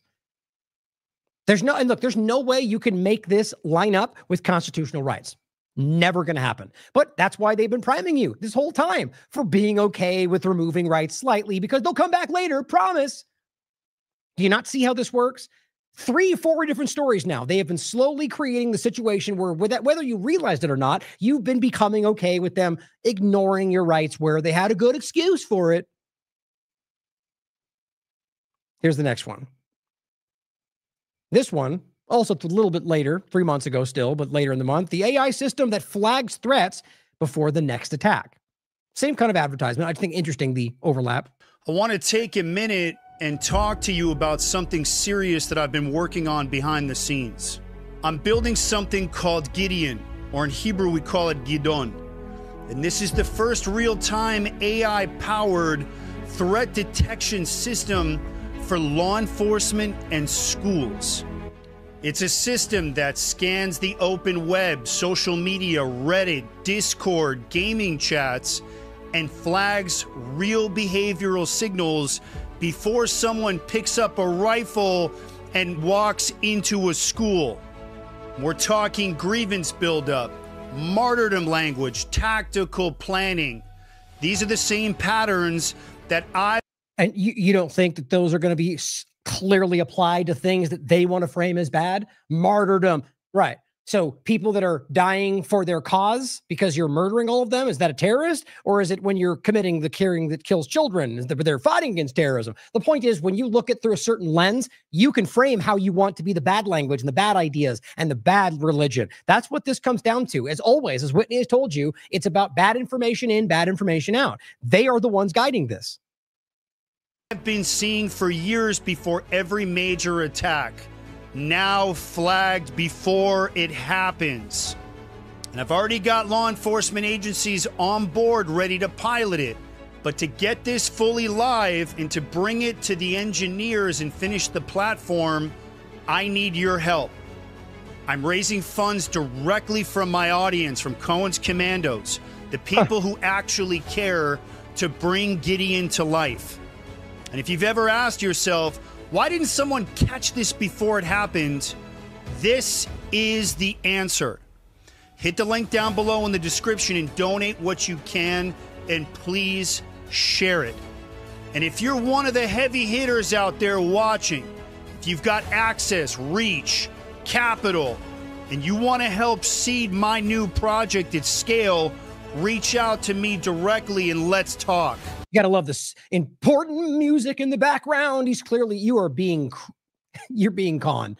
How much you want to bet all the Posobics and the Benny Johnsons and the Catchers, they all reached out and were like, I want to be involved. How much you want to bet? This isn't about politics. Of course this not. is about protecting America. Right. Israeli Mossad Unit 8200 built protection for America. Protecting our kids. And it's about giving law enforcement signal. Unconstitutional. Before the next tragedy unfolds. Right. This is because you can be arrested before you've committed a crime, because that makes sense, right?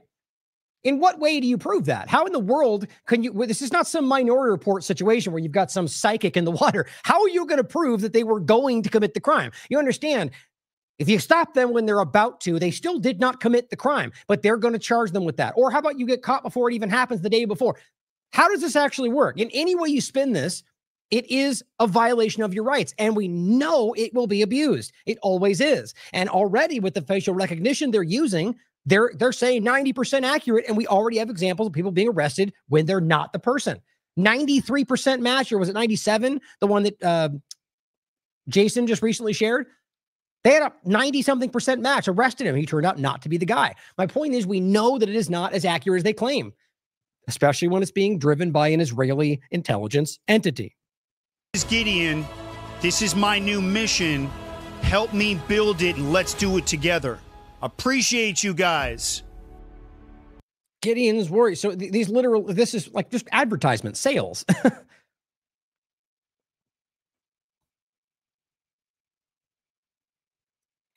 121,000 subscribers. Okay, so Aaron Cohen is a former Israeli special operations veteran, known for his service in the Duvdevin unit, a counterterrorism unit in the Israeli Defense Forces. He is the founder of Gideon, an AI-powered threat detection system designed to identify potential threats by scanning open web platforms like Reddit, Discord. You heard the whole thing. He comes from Unit 8200.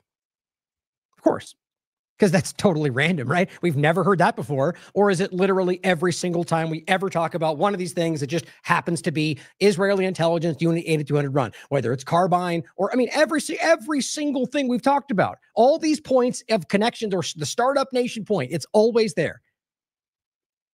I don't know why that's not a problem. I mean, look, even if you argue that like Israel shouldn't be, just Israel shouldn't be a problem. Okay, that Israel's government is literally committing a genocide using AI in all the ways they're doing it, and we're not concerned about how that may overlap with what we're dealing with here. I mean, it's literally, the analogy is like saying that you're okay using the Nazi tech because it's there over there. We're not involved with the Nazis killing all the people over there. We're using their tech for good reason, you know, and allowing Nazis to have back-end access, but that's okay because they won't do that over here. It just seems pretty stupid, doesn't it? So here's a clip. Now, first, let me play this short. This is the one going around the internet. I just want to get it in your mind. It's the quick, kind of pitch he does. But I want to watch, we'll skim through it. But there's like a 9-minute Fox discussion that I wanted to go through. Hear what he has to say, because he's laying this out. And it is not sugarcoated. It is straight up pre-crime. We're going to predict this when we're going to surveil. We're going to spy. We're going to catalog information, which, by the way, they've already all done. And we're going to apply this tech, AI driven, and we're going to tell you who's about to be the problems. Sure, we can just totally see that it won't overlap in all the directions they're all totally leaning right now. And the way the Trump administration has been bastardizing everything they're doing against very certain populations, because we know it won't be more of that, right? Here's the clip first. I am now about to launch Gideon, America's first ever AI threat detection platform built specifically for law enforcement. It scrapes the internet 24/7 using an Israeli-grade ontology to pull specific... Meaning Israeli tech. Now, he is an Israeli intelligence entity. He's using Israeli-built tech to scan every single thing that you're using today. No big deal. Threat language and then routes it to local law enforcement. It's a 24/7. That's where Carbine comes in as well, by the way. We've talked about this for how long now? Detective, it never sleeps, and it's going to get us in front of these attacks. Would it have picked up on this, do you think? 100%. I wish. Oh, 100%. Yeah, that's always a good, anybody who says 100% on anything should usually be looked at with skepticism, right? 100%. Very little is ever 100% in this world. Especially something with tech, especially something with math and algorithms. Guys, that is him selling you. 100% is not ever going to be the case with something like this. There's always an anomaly, and they will tell you that. But when he sits there and tells you 100%, of course, the typical way that we go, oh, that was Trump speaking off the cuff. It'll be whatever we need to make it all make sense. Oh, he just meant very clearly. No, he said 100%. That's what he meant. And if you read and watch out, that's what he does everywhere else as well.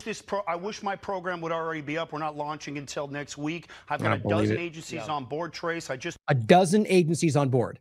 Think about that. Just like that. Okay, so this guy, an Israeli intelligence entity, Unit 8200, has been building this thing and just has it ready, making videos about it, going, give me money. We need to get this moving. And then boom, this happens. And then within moments, he's got multiple agencies. Now, look, clearly, I'd be willing to bet you because of his connections, because of what he's doing, that he probably was already doing that. But I do think it's very obvious that this, how many did you say? Agencies on board, Trace. I just unloaded a dozen agencies on board. A dozen agencies. You just think about the time it would take to get in contact with a dozen different intelligence agencies, have meetings about this, discuss it, relay what you have.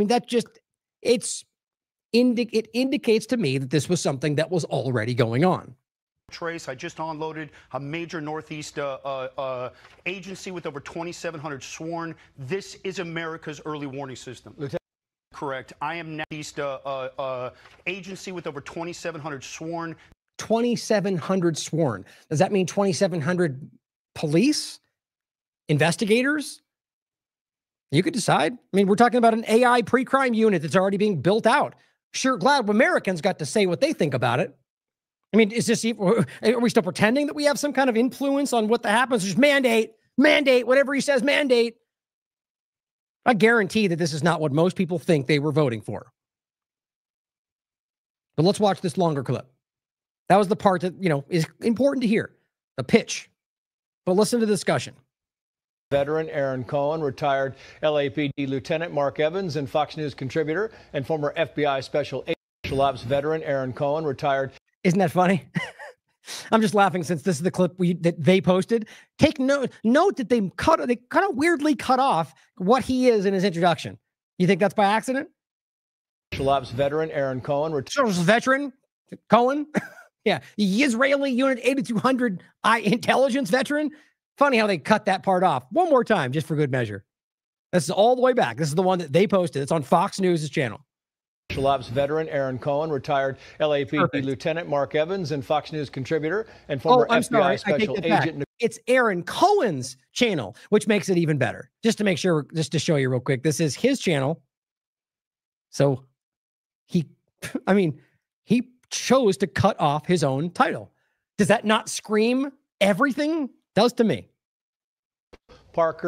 Special Ops veteran Aaron Cohen, retired LAPD Lieutenant Mark Evans, and Fox News contributor. And he has that typical kind of like, I want to rip your face off Zionist look, doesn't he? And former FBI Special Agent Nicole Parker. It's great to have you on. It's a sad night to do this. Nicole, I want to start with you first. The FBI Director, Kash Patel, posted this on X, quoting here, the FBI is investigating this shooting as an act of domestic terrorism and hate crime targeting Catholics. Is he right, Nicole? Is this a hate crime in your opinion? I think that's an understatement. I think this is a hate crime and a lot more. And I appreciate that Kash Patel is stepping in and saying, you know what, let's look at this as a federal crime. Obviously, the shooting. As opposed to what? Right? I mean, see, what that was meant to be is about the race part of it. But let's pretend like shooting children isn't a federal crime. As always, this is the caliber of person that they use. It's embarrassing. Is deceased, a self-inflicted gunshot wound. But it is so important that the FBI steps in and discovers how this happened and investigates it as a hate crime or possible domestic terrorism.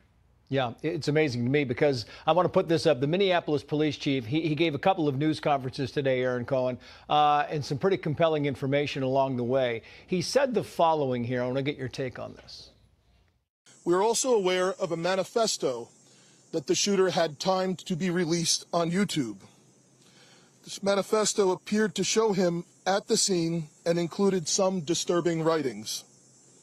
That content has since been taken down with the assistance of the FBI. Now, why is that? Right? Don't we always ask that? How is that in the interest of information, free speech? Right? I think that's very interesting. But I almost think it's usually, especially with cases like this, it's almost about trying to drive you to seek it out and read it yourself because it's out there. Right. So either way, it's interesting that it always happens because realistically, I think in the interest of information, it should be something people should be able to look at, especially since it was publicly posted, but also that that they would use that in many ways. So it's up for you to decide, but I think it's interesting nonetheless. And it now remains under active review by our investigators. So he clearly planned this. He had the manifesto going live on YouTube at a certain time. Clearly, there was some thought that went into this, Aaron. I mean, and nobody was tipped off. This is 100% domestic terrorism. I'm going to tell you why, Trace. This is ideologically motivated. This was tactical, and this was intentional. 80% of these domestic lone wolf terrorists post some type of grievance online.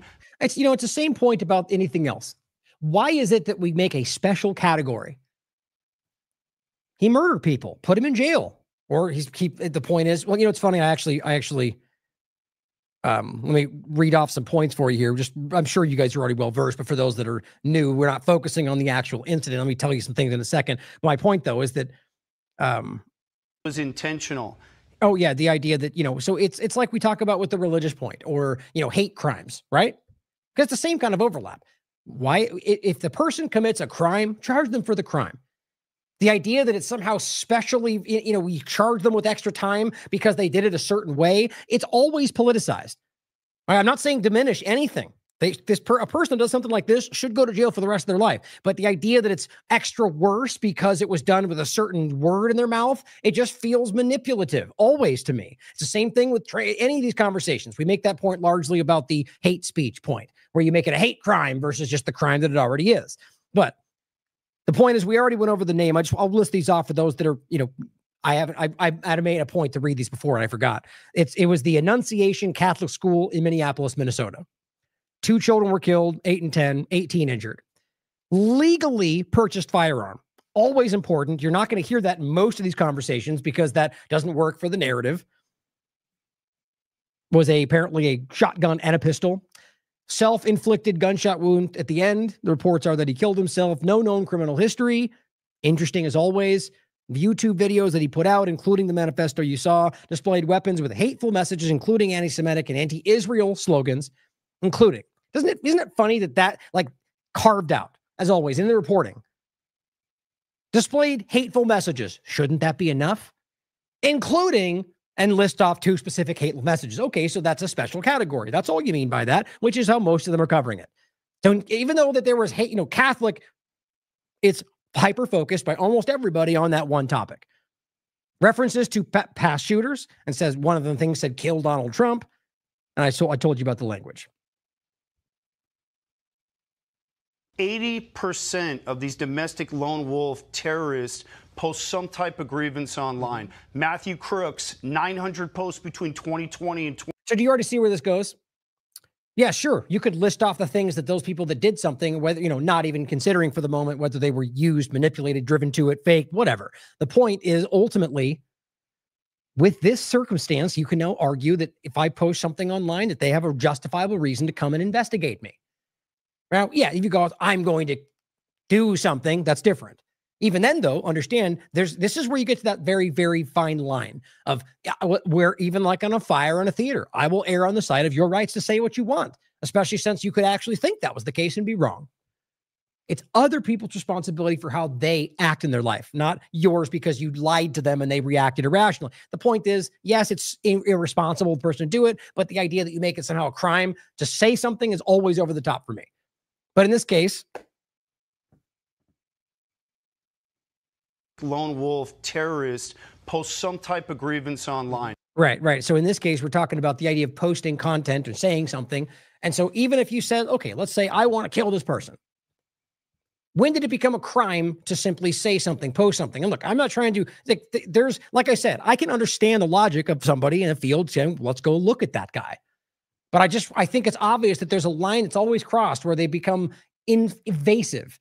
You go back before the internet, right? When you just said that, when somebody was talking with their friends about how they wanted to hurt somebody else, would they get arrested for that? It got to a point to where this has become so invasive, and it goes further than that. I'm just kind of setting the tone with something that's obvious. So what happens if you go online, you say I really wish that person would die. Okay, now it's a little different, isn't it? I'm willing to bet you could keep walking that line. You're going to get places where we already know where people who are on, quote, their side or people they don't want to go after, let's say an Israeli spy or an Israeli sex predator that comes here and gets something wrong and they let him go, things like that, where let's say that guy while he was here said, I want to kill that person. They go, well, he didn't mean it, right? Or, Elon's Nazis still go, well, he didn't mean it. No, they'll go out of their way. And then everybody else don't even do it are Nazis regardless because they actually think that. Wink, wink. The point is they will lean into it whatever they want. And so you get to this point to where people with the wrong political ideas, people who support the wrong thing, will say something that, can be construed, could be manipulated into arguing that's what he really meant. And maybe that's what they meant. But now we're in a very different situation where you're saying this is what they meant. So we have to go after them because this Israeli spy says that you were going to do something bad. You know as well as I that this is murky water and they are rushing into it with there's no deliberation. He's already spoken to 12 agencies. He's got a team set up. They're already doing this because my point is they already have been. And we can pretty much prove that, maybe not with Gideon, but this is only rushing it in further. And I think we all sense this is wrong. Even if you are of the mind that people who are threatening online should be arrested. This will be abused like every other thing. You go back to the origin point of the founding fathers. whether they could envision this kind of future or not, the point was always the same. Regardless of the logic, you don't give them powers like this. You just don't, because it will always be used against you. Now we're just so mired in all these political talking points that we can't remember where we started. Matthew Crooks, 900 posts between 2020 and 2022. The D.C. shooter, 900-page manifesto. 100% domestic terrorism, and I bet you, in addition to that manifesto, there's a very significant breadcrumb daisy trail leading back who knows how many weeks, months, or even years. This is the new face of terrorism. This is okay, so years. So now he's talking about something you maybe have said years before it would have happened, and he somehow knew that you were going to kill people in that room 10 years later. How can you even suggest something like that? You must see, okay, then you could fold in another point. How about you get to a point now where let's just say they're going and getting criminals and the streets are safer. But then, like always, somebody like this, a rogue cop who hates his girlfriend, whatever the circumstance becomes, where then somebody gets framed.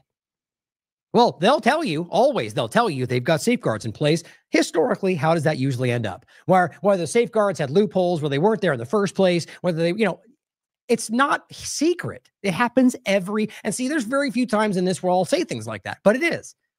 I can't remember a situation that didn't end up with some example where it turned out they weren't completely honest about how every time in my experience with something like this, the government has misled you. So even if it works to the best scenario you could possibly imagine, you're still opening the door to a situation where it's all-encompassing power. There's no way to get around that. Again, same point. We should never allow any government to have this kind of power, regardless of whether it'll be used for the right reasons. You just don't. There's no longer post 9/11 terror organized Al-Qaeda trace. These are radicalized online lone wolves, and the United States is 10 years behind these threats. We need to catch up. And I wanted to get your opinion on the breaking news here, because the First Lady Melania Trump just called for more, and this is quoting here, preemptive intervention when it comes to IDing school shooters. It's kind of your bailiwick, Aaron. Trace, as you know, correct, 100%, and she's 100% correct. I am now about to launch Gideon, America's first ever AI threat detection platform, built specifically for law enforcement. It scrapes the internet 24/7 using an Israeli-grade ontology to pull specific threat language and then routes it to local law enforcement. It's a 24/7 detective. It never sleeps, and it's going to get us in front of these attacks. Would it have picked up on this, do you think? 100%. I wish my program would already be up. We're not launching until next week. I've got a dozen agencies on board, Trace. I just unloaded a major Northeast agency with over 2,700 sworn. This is America's early warning system. Lieutenant Mark Evans, it's great to have you on here. I mean, the principal of Annunciation Catholic School said the following here about being. Can you realize that there's not been a single mention? See, a journalist would give them the other side. So, okay, this sounds great. Maybe it'll protect us all. But what about the constitutional concerns? At the very least, but no, not even the feigned back and forth, not even the pretend full story, both sides or whatever they used to pretend they are. How is that not? How do you not engage with that? Inside the church. Within seconds of this situation beginning, our teachers were heroes. Children were ducked down. Adults were protecting children. Older children were protecting younger children. And as we heard earlier, it could have been significantly worse without their heroic action. I know you. And as somebody, as we'll get to in a minute, the Melania point, as you mentioned, we'll go through that. Your experience, I've covered these school shootings now, sadly, for 27 years. Anytime we know that there are adults in the room, in the schools, in whatever rooms that kids happen to be in, they always tend to fare better, Mark. Yeah, I agree with that, Trace. And you could tell by the response that they had done some type of training, and they were able to get kids down and try to control. Great. So now they're rationalizing school shooting training, right? Instead of just having people there that can protect the kids, right? An actual reality. And by the way, Thomas Massey in Tennessee is trying to push to allow to revoke the law as it stands for gun-free zones for schools, but allow the schools to dictate their own policies. It's especially in a state like this where it's open carry and concealed carry, the idea that you somehow it just doesn't make any sense. Or parks, they just rescinded that in Tennessee as well. Why I like this place. Where you're the idea is that somehow you are allowed to conceal carry, which are in Tennessee, you can conceal carry with no permit. That's how it should be. The reality being that you can go to a park, though, and they've always said, oh, that's against the law, you know, until somebody goes out there and gets raped or someone gets beat up. And the point is that ultimately that is protection. It's funny, the response you get from people. Something, look, I get it. People disagree with that. But we can all acknowledge that it's a enshrined constitutional right? I mean, I guess even that we disagree on. It's just so lazy where this goes. You can, like, there are things that I may feel differently on, but the reality is the reality, guys. And it is something that is your enshrined right as a human being from the United States perspective. But to create the situation where you train kids every day that you might, you know, this, it's like the theater of going under your desk during the atomic bomb thing. And I don't mean to say that the things they may train them today are theater, because there are plenty of ways I would argue that in some of these circumstances, it probably does benefit the kids to learn. My point, though, is not, I look at it like this. I think that the negative that comes along with putting this in their brains and fear mongering about this which is how it feels to these kids. I've spoken to some about it versus having people there to protect them and not having to deal with this, despite that they might gain from learn. I think it's much better, the latter. I really do. But even that people will disagree with. The kids to help them be safe. Yeah. But I would also say, as a first responder, when you're at scene and you have 300-400 kids at a school, it can be very chaotic for the first responders because you have parents intervening. Parents are trying to get into the school and want to protect their children, of course. And relationship. DHS Secretary Kristi Noem said the following here, wrote it on X, Nicole, to you. This deranged monster targeted our most vulnerable, young children praying in their first morning mass of the school year. This deeply sick murderer scrawled the words, "For the children, where is God?" and killed Donald Trump on a Rifle magazine. I mean, the whole thing is we're also learning now there was some anti-Semitism in some of these writings, Nicole. And the question is, does the hatred for Trump and Christians kind of play into this investigation? Absolutely, it plays into this investigation. This was part of his motive. This was part of his grievance. I mean, this is... I'm sorry, I can't just stop. Like, is this guy literally like trying to give his best like villain perspective for the podcast? It's like this. He just has this weird stare about him. I mean, it's not like I'm just trying to pick him out. I'm trying to listen and I can't stop looking at the way Gideon looks right now. Like he's like giving you like the death stare with his weird little tripod hand thing he's doing. I just think that's weird. I mean, it's the impression is the wrong word. It's the feeling I get though from a lot of these people. You watch them on these shows, these deranged kind of Zionist perspectives. And I'm not even saying that's now, I do think that's where he comes from. But the point is that you get this same kind of feeling. I think it comes from like a sociopathic kind of thing, my personal opinion. But just look, it was a personal point. I just think it's interesting. I'm like laughing to myself. I'm like, why can't I stop looking at him? He's like staring you down like into your soul. Words, "For the children, where is God?" and killed Donald Trump on a Rifle magazine. I mean, the whole thing is we're also learning now there was some anti-Semitism in some of these writings, Nicole. And the question is, does the hatred for Trump and Christians kind of play into this investigation? Absolutely, it plays into this investigation. This was part of his motive. This was part of his grievance. I mean, this is a sick individual. And in research that I was doing prior to coming onto your program, he wanted to target someone like President Trump, Elon Musk, some sort of executive. And he spoke very specifically as far as targeting children.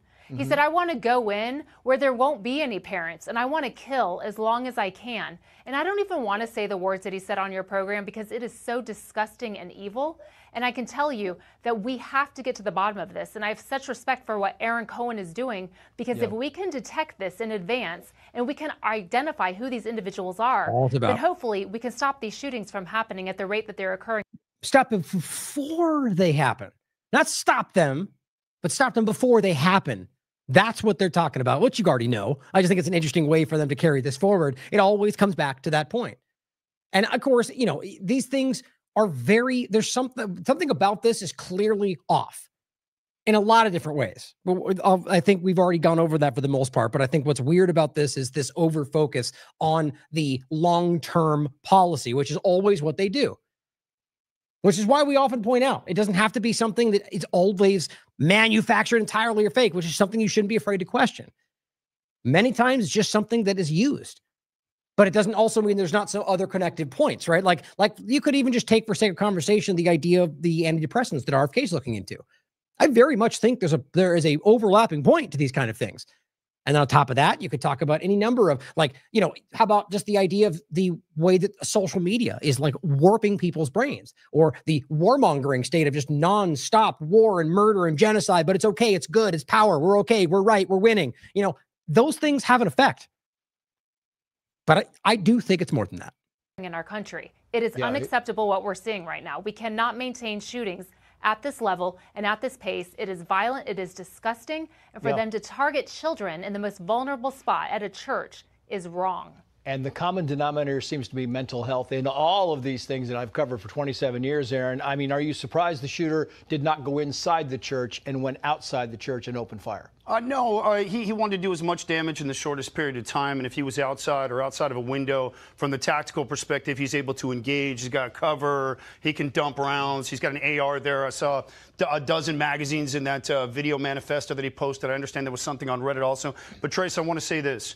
What's more important to me than these manifestos, which we're all great at finding after the fact, the big deal here with this AI, where we need to get with law enforcement, and why I'm so obsessive about getting this thing out, I'm less concerned about the manifesto. I'm more concerned about who these guys are becoming. They all start in that yellow, that basic grievance.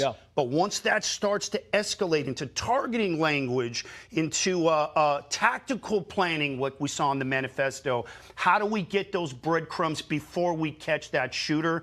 America's got to catch up, and it's got to happen quick. We're 10 years behind. But I think we can do it. It's just, it's time to hit the gas. What would you add to that, Lieutenant? Because it's a good point here, but you know. You've heard this before, right? I think it was Elizabeth Newman, I think was her name. Whitney and I talked about this a long time ago during election special, right? We see it building. We just don't know how to stop it, right? Remember that whole thing? They gave the whole presentation about people who were, you know, domestic terrorists who knew how to operate and were basically we're like staying just under the radar. My point was, so what you're saying is they're not breaking the law? Okay. So what they were arguing is we need to alter these things from, their rights. They're using their rights to hide behind. There was an impassioned call for getting rid of your constitutional rights because they knew how to operate within them, and then they would go shoot.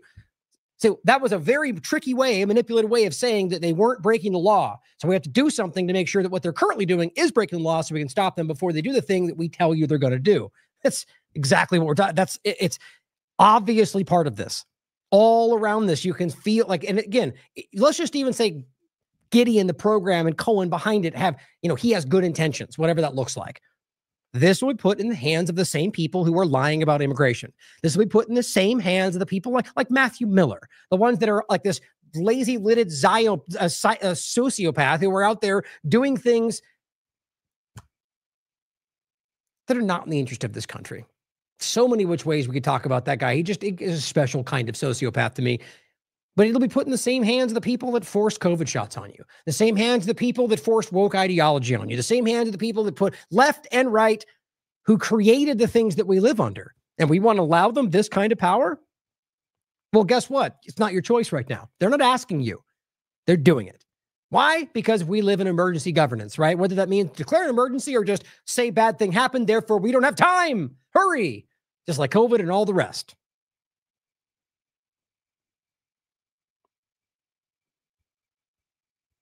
Oh, sorry, I had it way down here. So that's the video. Some of it we can get into more, but here's one more clip from, it's kind of, I think this was the same, this one, I think we got, oh, you know what's interesting about this, actually? So this, I believe this was an earlier one. So here is another clip. This guy shared this, Vox Veritas. I don't think people are paying close enough attention. He's flat out saying we're going to be able to stop you before you do anything based on anti-Semitic posts. Here's that clip. Oh, and Gideon AI trailer. Let's play it very quickly. Gideon is the first real-time AI system built to detect threats online before they become attacks. Anonymous networks flagging behavior, predicting danger. We don't get a second chance. Did you get that part?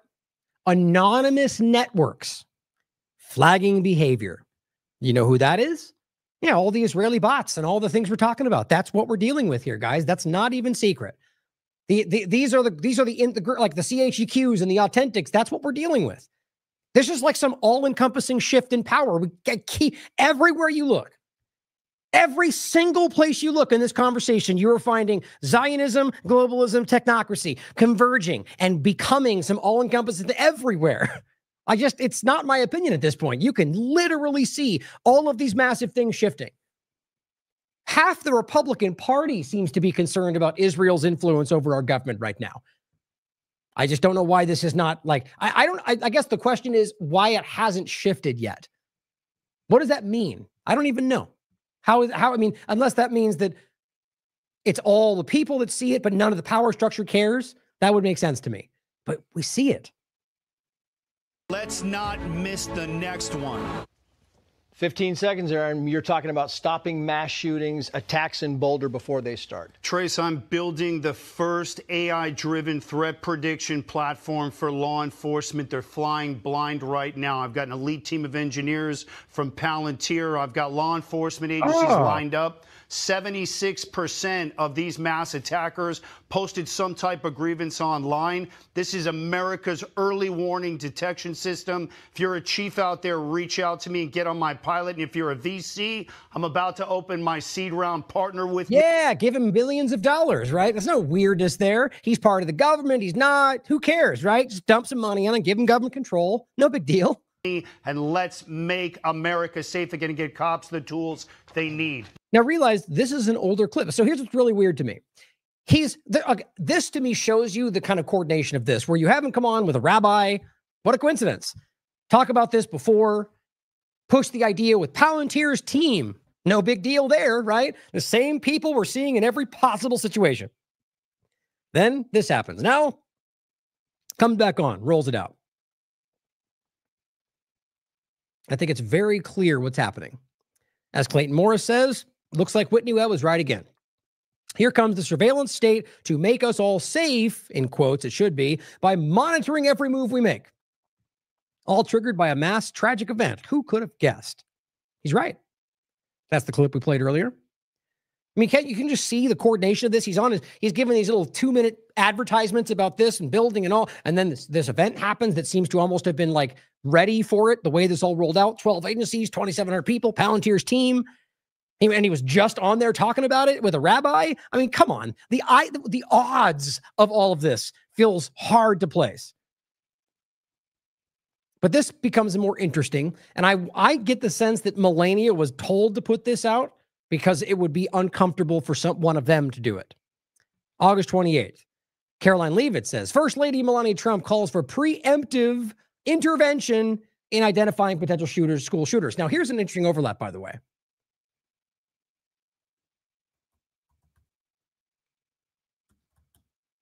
Oh, come on. It was... Damn. It was the rapid response teams. Let's do...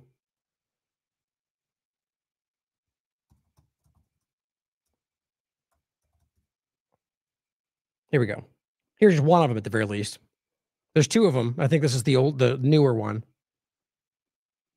It's about the reaction forces, right? Yeah, there it is. Pentagon plan, and the other one was Trump's executive order, which made it the reality. Pentagon plan would create military reaction force for civil unrest. And what's one example of civil unrest even the Washington Post gives? Protests. Clearly, because protesting, which is your protected right, is now civil unrest, which means simply doing that, as Trump has recently said in LA, if you protest, you'll be met with very serious force. Or something like that. Paraphrasing, I can't remember this. With force is his point. There was an adjective I can't remember. So your protesting is now the problem. Now that's different. The point I'm making here is that we're talking about a reaction force, right? Okay. So here she's talking about a preemptive intervention. See what? So what, it's all the same conversation. So now you got National Guard military deployed in multiple places around the country, ready to react on the fly based on anything. Now you're going to fold into that an AI monitoring system, by the way, which Palantir has already built out. Totally separate thing, though. Wink, wink. And we are going to discuss the idea of them deploying preemptive intervention military teams with the whole Gideon AI overlap, who are going to be there and tell you to stop before you do it. I mean, how do you not see this all connecting? All these different parts are what we've been warning about coming into view together. That's my opinion anyway. Here's what Melania said. We'll include this for you. This is why I'm so frustrated seeing all the mainstream alternative media try to couch this on one thing, when the reality is it's obvious what this connects back to. I mean, even though you can see them, like Jones pointing out the Israel overlap to Gideon, that's clearly there. But is it really the full picture? And on top of that, I think it's obvious now. It's really hard to ignore. Those of us that have been screaming about this invasion discussion for a long time are now being vindicated by any number of other points. But if you're only giving it the one, like at the end of the day, if you try to make this about people going after Trump, you're missing the point entirely. But as I said, Melania Trump, she's talking about the pre-crime direction and why it's necessary based on the shooting. And I said, how long have we been warning about this? Today, while those lost in team sport politics are out there obediently trying to link this back to only one side of the whole of government problem, we'll be continuing to call out all of it and what it's building. I said TLAV coming, the daily wrap-up coming in an hour. And this is actually what Casey pointed. People like Ryan and Whitney have been right for so long. This is actually really frustratingly true, by the way. And a lot of us are in this IMA. A lot of us are in this category. That we've been right about this and many other things for so long that people forget about it. They forget that we even brought it up.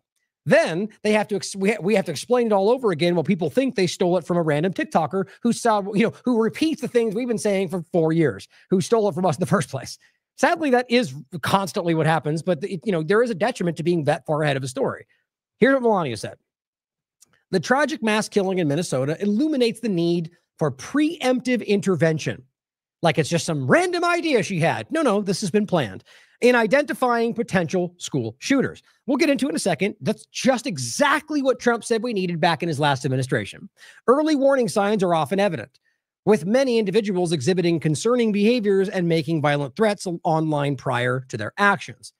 Okay, well, let me ask you this. Let's say somebody makes an online threat, okay, but never intended to go through with it because they're a coward. Should they be arrested for the crime? Is it a crime to, this is the point we were just making. Well, it's not going to matter anymore if they just, especially if you are saying it in regard to Israel or something like that, or, whatever they don't like, or whatever Trump said that day, or whatever the president doesn't like. But it goes on to say, to prevent future tragedies, it is crucial we look into behavioral threat assessments, Orwellian term, across all levels of society, meaning you're all going to be watched.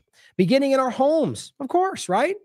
In your home. Thank you, Amazon Echo. It's already happening. Extending through school districts and, of course, social media platforms, which is already happening. See, all this is already there. They're just they're hoping to drive in their MAGA supporters to calling for what they already know they're doing. And it says, being aware of these warning signs and acting quickly can save lives and make America community safer. See something, say something. Yeah, right. Even here's Brad Miller. Hope people realize what's meant by behavioral threat assessments. We're on the march toward technocracy. He gets it. Here's Yusuf. Even the first lady promoting Gideon pre-crime. The Zionist police state is here. True enough.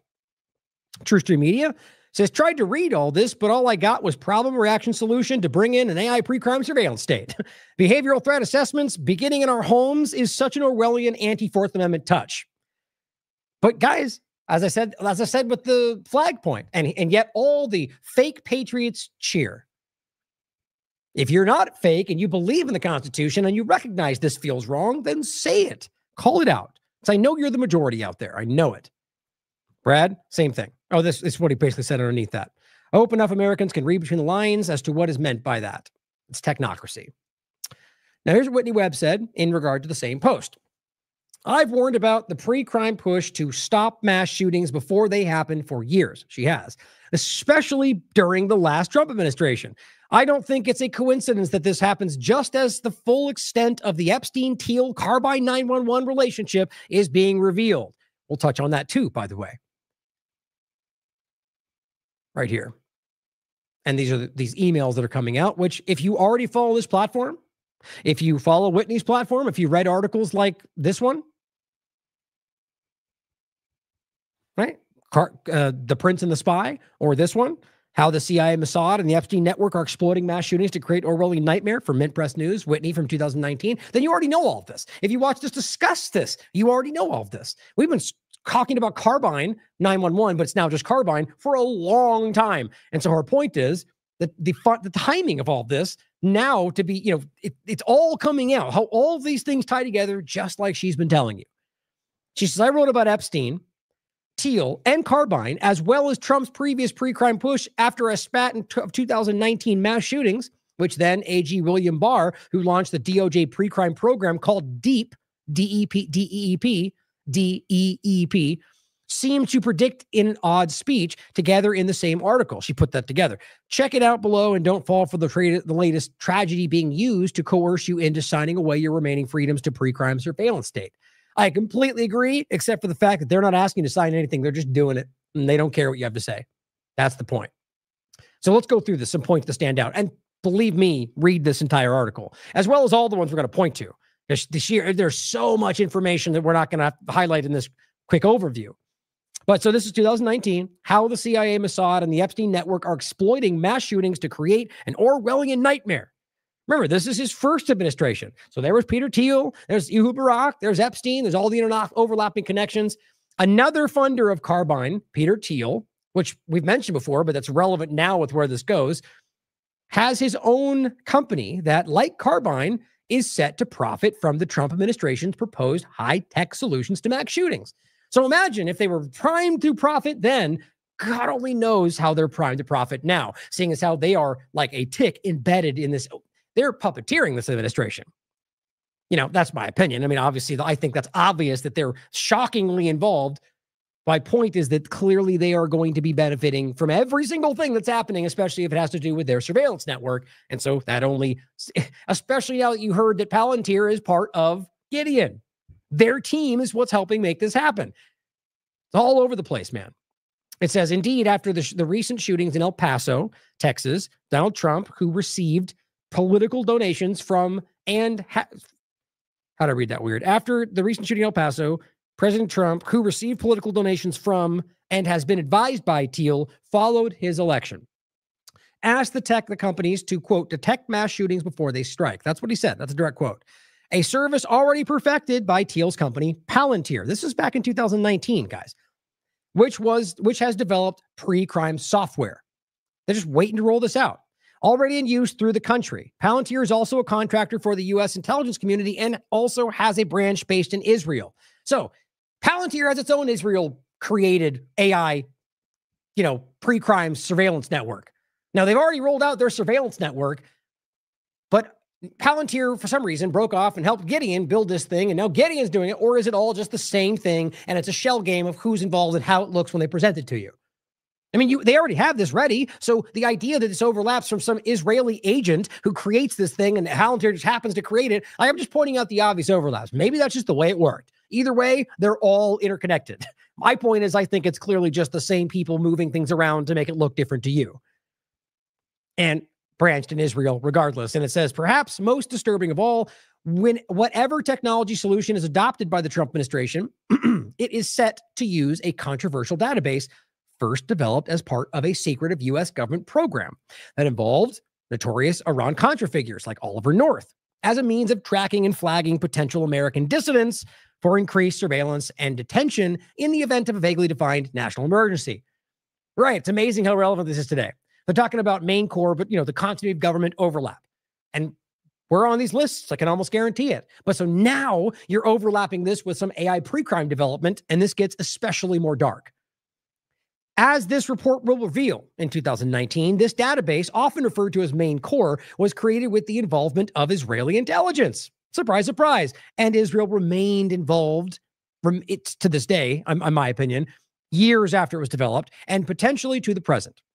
It was also used by at least one former CIA official on President Reagan's National Security Council to blackmail members of Congress, congressional staffers, and journalists, among others. Sure sounds like something we've heard before. Blackmail network to put presidents in certain positions of power, right? I forget if I included this or not. There was a whole thing that I think it was Ian Carroll was digging through on some of this information of these files and ultimately showed that and that this is coming back to the email dump that we got showing that Ehud Barak was discussing things with Peter Thiel and was bringing up Epstein and the overlap therein. They bring up things like Clinton. They bring up things like Bill Gates. But the point is not about left and right. The presidency at the time. They bring up the reality that they are spying and exchanging information about the president of the United States. It's just, all it really speaks to, which it'll be selectively played by people that want to make it about one side, is the Israeli government spying on the American government. And at this point, I think controlling it. That's what it feels like to me. So that's just an example of all the way back then of the same exact concept. And it says, given recent reports, and again, don't miss the point, the main core was created with the involvement of Israeli intelligence. A list of American dissidents was created with Israeli help, if not by Israel, using a Palantir connection even back in Trump's first administration. That was confused. I wasn't talking about. The point is that main core, Israeli intelligence, jumping forward to Trump's last administration, you have the overlap of Palantir and the implementation of that. I think which is there, and this is their way of introducing you to what's already being done. It says, given recent reports on Trump administration's plan to create a new government agency to use advanced technology to identify neurobehavioral signs, isn't that exactly what they just talked about? Of someone headed toward a violent explosive act using data collected by consumer electronic devices, the picture painted by a technology currently being promoted and implemented under the guise of keeping Americans safe is deeply Orwellian. In fact, it points directly to the genesis of a far-reaching surveillance state, far more extensive than anything yet seen in American history, and it is being jointly developed by individuals connected to both American and Israeli intelligence. It's what we're watching right now, guys, and it's only worse. Now, you think about like RFK's health tracking system thing they rolled out with Microsoft, by the way, and all the rest of them, Google. And so we're going to give you your information that they have control of.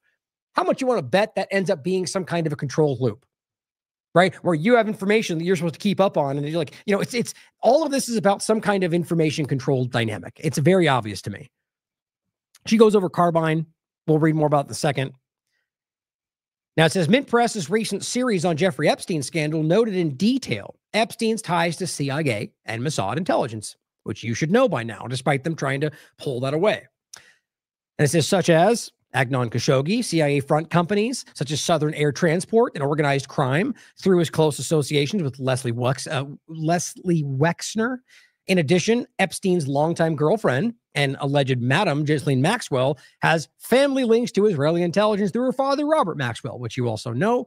While it appears that Epstein may have been working for more than one intelligence agency, Zev Shalev, former executive producer for CBS News and journalist at Narrative, without an E, recently stated that he had independently confirmed with two unconnected sources, quote, closely connected to Epstein's story and in a position to know that Epstein had worked for Israeli military intelligence.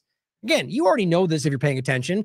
So now he's an FBI informant. I think he clearly worked for an overlap of the CIA and Mossad, and it's on the record, in my opinion. Notably, Epstein, who was, and my point in all of this is to tie all this together and just to show you what this really connects back to. Epstein, who was known for his interest in obtaining blackmail through the sexual abuse of the underage girls he exploited, which again, obvious connection, also claimed to have damaging information on prominent figures in Silicon Valley. That's an interesting overlap, by the way. So now we have this massive, all-encompassing, like real-time monitoring surveillance apparatus that they claim is going to be stopping shootings, but also just cataloging everything on you that they might use against you, right? What you say, what you watch, your porn habits, we're going to use it against you, coming from a group that literally collects blackmail data to use against you. But no worries, though. They're only there for the good reasons, right? And it says, in a conversation last year with New York Times reporter James Stewart, Epstein claimed, I skipped a part. It says, the point was blackmail through the sexual abuse of underage girls he exploited, also claiming to have damaging information on prominent figures in Silicon Valley. Now think about that right now. Palantir and how they all tie into this. They're seeming like interest in supporting whatever they do, even in the face. Remember his response when he was asked about the genocide in Palantir? He's sweating and his stumbling words. Maybe it's because he can't say anything bad about it. Or anybody else. Or this massive technocratic shift into all that we're talking about, the AI direction, Zionism, genocide. It's kind of a weird collaboration. Maybe there's more to it. The point is, you can see there clearly he's referencing damaging information on prominent, without naming them, Silicon Valley people. In a conversation last year, remember this would be 2018, with the New York Times reporter James Stewart, Epstein claimed to have, quote, potentially damaging or embarrassing information on Silicon Valley's elite. That sounds like a whole. And told Stewart that these top figures in the American tech industry, quote, were hedonistic and regular users of recreational drugs. Now, think Elon Musk and his weirdness around all of this. I mean, it's very clear that this all interconnects, guys. That's what I've been trying to show you the entire time. Epstein also told Stewart that he had, quote, witnessed prominent tech figures taking drugs and arranging for sex, and claimed to know, quote, details about their supposed sexual proclivities. That's what we're talking about with this network and how they can use that, and clearly, I think, driven to this very point. Despite everyone's awareness of what Israel's doing, they somehow still are able to hold the reins.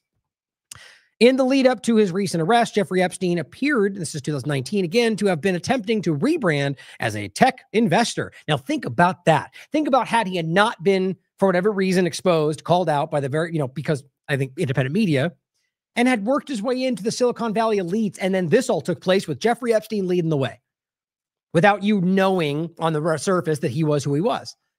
That's what he was doing. Ask yourself why. Now, what you're watching, remember, he was a part of these massive tech directions and the genetics or eugenics aspect of it. So think about that with what's happening now and ask yourself whether there's just some new person in that role. Attempting to rebrand as a tech investor, as he had done interviews with several journalists, including Stewart, about technology investing in the months before he was hit with federal sex trafficking charges. Last year, 2018, Epstein claimed to be advising Tesla and Elon Musk. We forget about that. Who had previously photographed with Epstein's Madam Ghislaine Maxwell right there beneath you. A few years ago, Epstein also attended a dinner hosted by LinkedIn's Reid Hoffman, where Musk had allegedly introduced Epstein to Mark Zuckerberg. Google's Sergey Brin is known to have attended a dinner hosted by Epstein at his New York residence, where Donald Trump was also in attendance. See, it's all of them, guys. That's what I think anyway. I think the evidence is pretty clear that they're all largely compromised in one way or another, and none of them want this to come out. But it's a game of finger pointing. Even Elon Musk going, maybe because you're on the list, might have been him making it sound like he wasn't. It's interesting. As will be noted in later report, Israel's Prime Minister Benjamin Netanyahu, to whom all of Israel's intelligence agencies answer by virtue of his position, has stated on more than one occasion that the acquisition of Israeli intelligence-linked startups by foreign tech giants, especially in the Silicon Valley, is a current and deliberate policy of the state of Israel.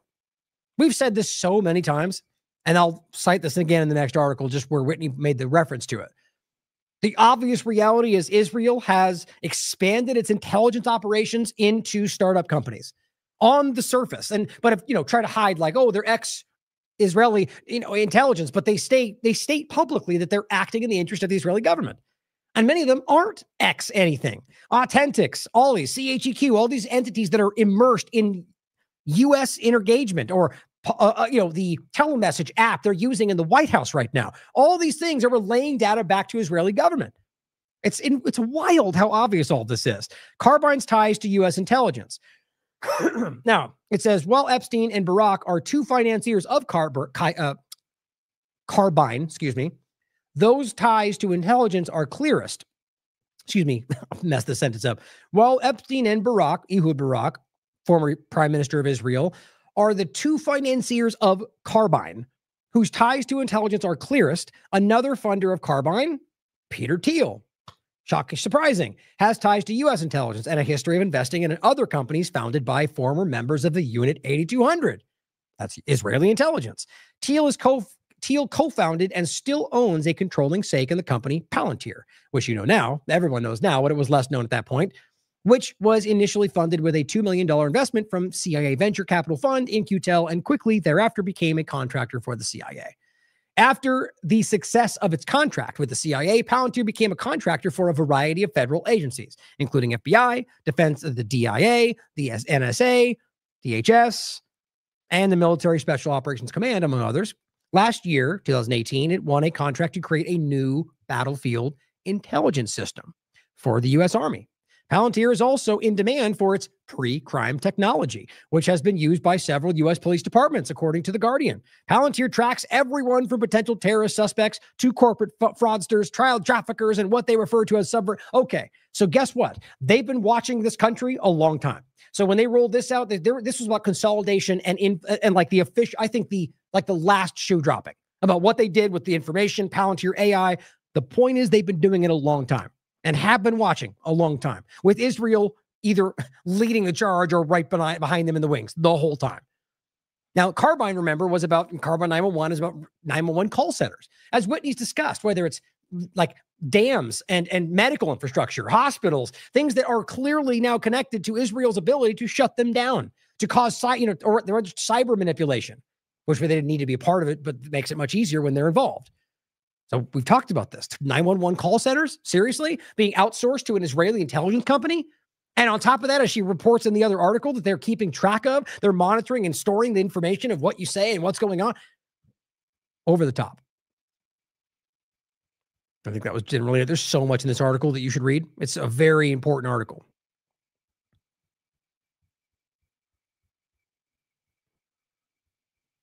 Make sure I didn't miss something here. There was...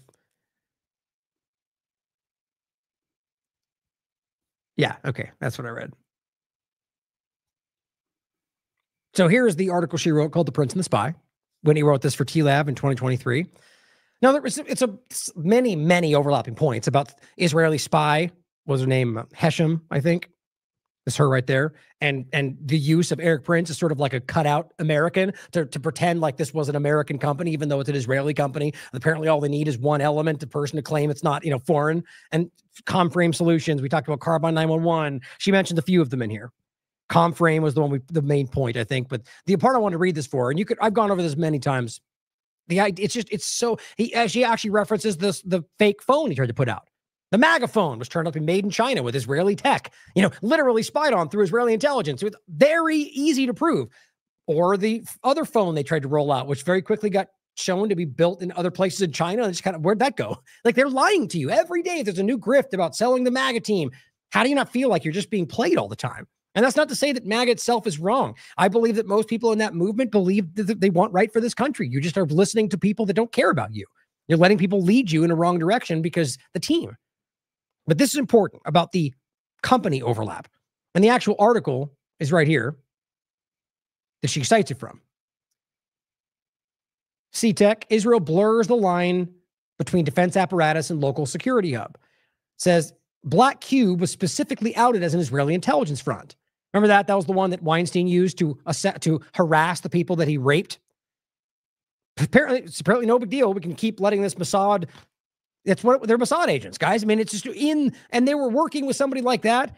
It's like nothing changed. Black Cube still out there, but it goes on to say in this article we just referenced. The same article also contains the stunning revelation that many Israeli companies, including Black Cube, have been founded as fronts for Israeli intelligence operations since at least 2012. It states that in 2012, this is a quote, cyber-related and intelligence projects that were previously carried out in-house in the Israeli military and Israel's main intelligence arms are transferred to the companies that in some cases were built for this exact purpose. The article also states, in some cases, managers of development projects in the Israeli military and intelligence arms were encouraged to form their own companies, which then took over the military or intelligence project. Welcome to Gideon, guys. What do you think it is? This country is being openly infiltrated by a foreign power, or already has been, and this is just them making that more clear. This is an interview we did with Whitney Webb. CIA Mossad-linked surveillance systems quietly installed throughout the United States, 2023. Here's the article we were referencing. CIA Mossad-linked surveillance systems quietly installed throughout the U.S., 2023. This is talking about Gabriel. Like, you can't miss Gideon, Gabriel, all these same overlapping points that are it's obvious what they're pointing to. And it says, launched in 2016. Launched in 2016 in response to a Tel Aviv shooting and the Pulse nightclub shooting in Orlando. Funny how those overlap. Gabriel offers a suite of surveillance products for security and safety incidents at so-called soft targets and communal spaces, including schools, community centers, synagogues, churches. The company makes the lofty promise that its products stop mass shootings, according to a 2018 report on Gabriel published in the Jerusalem Post. There were an estimated 475,000 soft targets across the United States, meaning that the potential market for Gabriel is huge, they said. Gabriel, since its founding, has been backed by an impressive group of leaders, the quote says, mainly former leaders of Mossad, Shin Bet, Israel's domestic intelligence agency, FBI, CIA, largely the former, obviously. In recent years, even more former leaders of Israeli and American intelligence agencies have found their way onto Gabriel's advisory board and have promoted the company's products. So something rolling out to, it's the same, it's a precursor to what we're seeing today, very clearly, with Israeli intelligence packed into it, even though it's rolled out with sensitive information about Americans in a place to be able to absorb that. While the adoption of the surveillance technology was slower than expected in the United States, to their frustration, I imagine, that dramatically changed last year. Remember, this was 2023, when an anonymous philanthropist, name, probably rhymes with, whatever, Netanyahu, gave the company $1 million to begin installing its products throughout schools, houses of worship, and community centers throughout the country. Doesn't that seem weird? An anonymous philanthropist gives the money that's needed to install an Israeli surveillance platform. And it says the same philanthropist, in quotes, has promised to recruit others to match his donation, with ultimate goal of installing Gabriel's system in, quote, every single synagogue, school, and campus community in the country. With the CIA, FBI, and Mossad-backed system now being installed throughout the United States for free, in quotes, it is worth taking a critical look at Gabriel and his products, particularly the company's future vision for its surveillance system. Perhaps unsurprisingly, much of the company's future vision coincides with the vision of the intelligence agencies backing it. Pre-crime, robotic policing, biometric surveillance. Here we are. This is a precursor to what we're discussing. As noted elsewhere on the company's website, Gabriel is looking to expand far beyond schools and houses of worship to retail stores, warehouses, data centers, banks, all these other facilities. It specifically promotes its abnormal behavior detection capabilities. Yep, exactly like he was literally just telling you on that Fox show. One example, given in reference to how its products might be used in the banking sector, states the following as an abnormal behavior detection example. A group of people are loitering in the ATM lobby. Gabriel's activated in silent panic mode and sends alerts with live video to the security operations center on-site security team. Audio talk warnings begin to broadcast in the lobby. Security arrives to clear the scene. A group of people are loitering in the lobby. Yes, activate panic mode, clearly. But the point is that this will be, I argue, never ending. Not activate, it'll be an always on thing. That's what I argue this is being built as. It also benefits the implementation of the smart city model. We all know that if we're paying attention. And the point is being rolled out through Trump's administration, which utilizes the Internet of Things and I would argue of nano things, bio things on top of everything, and ubiquitous sensors and cameras to harvest massive troves of data that are then used to manage the service delivery. With those services, including the deployment of law enforcement. Guys, this is what they've already done. That's what I'm saying. All these little points have been put out under the immigration guise, under the guise of stopping from people that are voting that shouldn't, or whatever the narrative is. They've already all been put in place. We were over here doing jumping jacks going, look what they're doing. And all the team sport politics people were screaming about how you hated Donald Trump or whatever. It says Netanyahu again outlined this policy a year later in 2019 Cyber Tech Conference in Tel Aviv, where he stated that Israel's emergence as one of the top 5 cyber powers had required allowing this combination of military intelligence, academia, and industry to converge all in one place. And that this further required allowing our graduates of the military and intelligence units to merge into companies with local partners and foreign partners. It couldn't be more clear. They're literally implanting intelligence into companies all over the world. And guess even worse, U.S. government entities are like cheering it on, largely because I think they're already compromised, quite frankly. Either way, imagine if it was Chinese intelligence for the same reason. We want to help you build AI, or let's even make it anybody else. The idea that you're putting intelligence agents inside companies, a child knows what that means. This merging of military intelligence, academia, and industry has also been openly acknowledged by former Mossad director Tamir Pardo, who stated in 2017 that, quote, everyone in the Israeli cyber technology sector is an alumni of either Israeli intelligence like the Mossad or Israeli intelligence like Unit 8200. Openly stating that everyone, his quote, in this sector, cyber technology, that's the Silicon Valley. From Israelis' perspective, they're all either alumni from Mossad or Unit 8200, which it's obvious. It's like a running joke. You look and you, oh, yes, it's like you find something that ties back to Israel and you look, oh, sure enough, a Unit 8200 right there. Either veteran, alumni, or currently serving. It's in your face. So all of this ends up overlapping with this idea that they are shoving these people into these positions. They're relaying this information back, spying on Americans, and doing whatever they want with it. And no one seems to care about this. No one sees this as a problem. You know, again, pointing out that they're just gleefully starving children to death and using AI to kill people who are trying to feed themselves. I feel like that's a relevant point, regardless of the political overlap to it. Clearly. Says Pardo even went as far as to say that the Mossad itself is like a startup. His quote.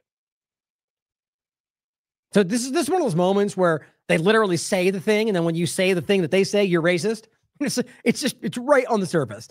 Pardo would know, she writes, after leaving his post as Mossad director in 2016, remember he's the one that started this, who stated this, he dove straight into the world of Israeli tech startups, becoming chairman of Sapio Systems, whose two CEOs are former Unit 8200 officers. Sapio Systems advisory board includes the former chief information security officer at the CIA, Robert Binglin, and former head of Israeli National Cyber Bureau and veteran of Israeli intelligence, Rami Ifrat. Sapio Systems cybersecurity software has been adopted by several banks, telecom, insurance companies, including U.S. and Brazil. That's Whitney's point. Yes, banks, telecom, dams, water infrastructure, medical infrastructure. We are vulnerable, guys, and it's obvious. It's striking. Now that we've established that numerous Israeli tech-focused companies are known to be operating as fronts for intelligence, the question arises of whether Gabriel is one such company. This is 2023, guys. Now, remember, don't confuse Gabriel with Gideon, but it's the same point. It's the same objective. And I argue it's exactly the same thing. While it is difficult to know for sure, several companies that have been outed as fronts, such as the Jeffrey Epstein and Ehud Barak connected Carbine.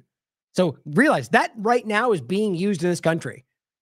Trump, Biden, they're all okay with it. Allowing Israeli intelligence, not an actual front that's now been exposed for one, relaying 911 call centers. That makes sense, right? Have been involved in creating and implementing the necessary structure for a pre-crime approach to law enforcement in the United States. That's the larger point, that they've been building this piece by piece with different narratives, different arguments, different politicians, different left-right push. And here we are. At least seems to be already, based on what he's saying, I clearly have pointed out many times already that I think it's already in there being used against you, and this is their rationale for it. You don't have 12 agencies and a whole staff ready to go and Palantir building it. I think you get the point. Gabriel's vision for a fully automated system that can use predictive analytics on human behavior to stop crimes before they happen is eerily similar to the same vision espoused by Carbine before their ties to Epstein and Israeli intelligence were outed very publicly in 2019. So the idea, 2023, she's basically laying out the exact narrative that they're currently using to roll this out. And there's a reason that people want to try to downplay what Whitney's doing. I think it speaks for itself because she's right. Now, she wrote this, by the way, in 2021.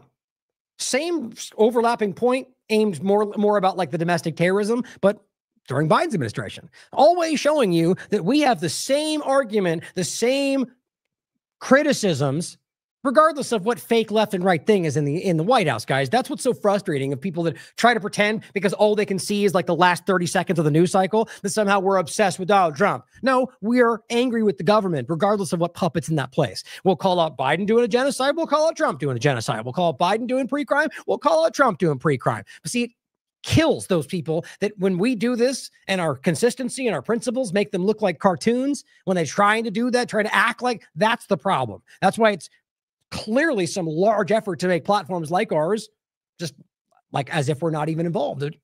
To their very large frustration, we break through anyway. Who is a terrorist in Biden's America?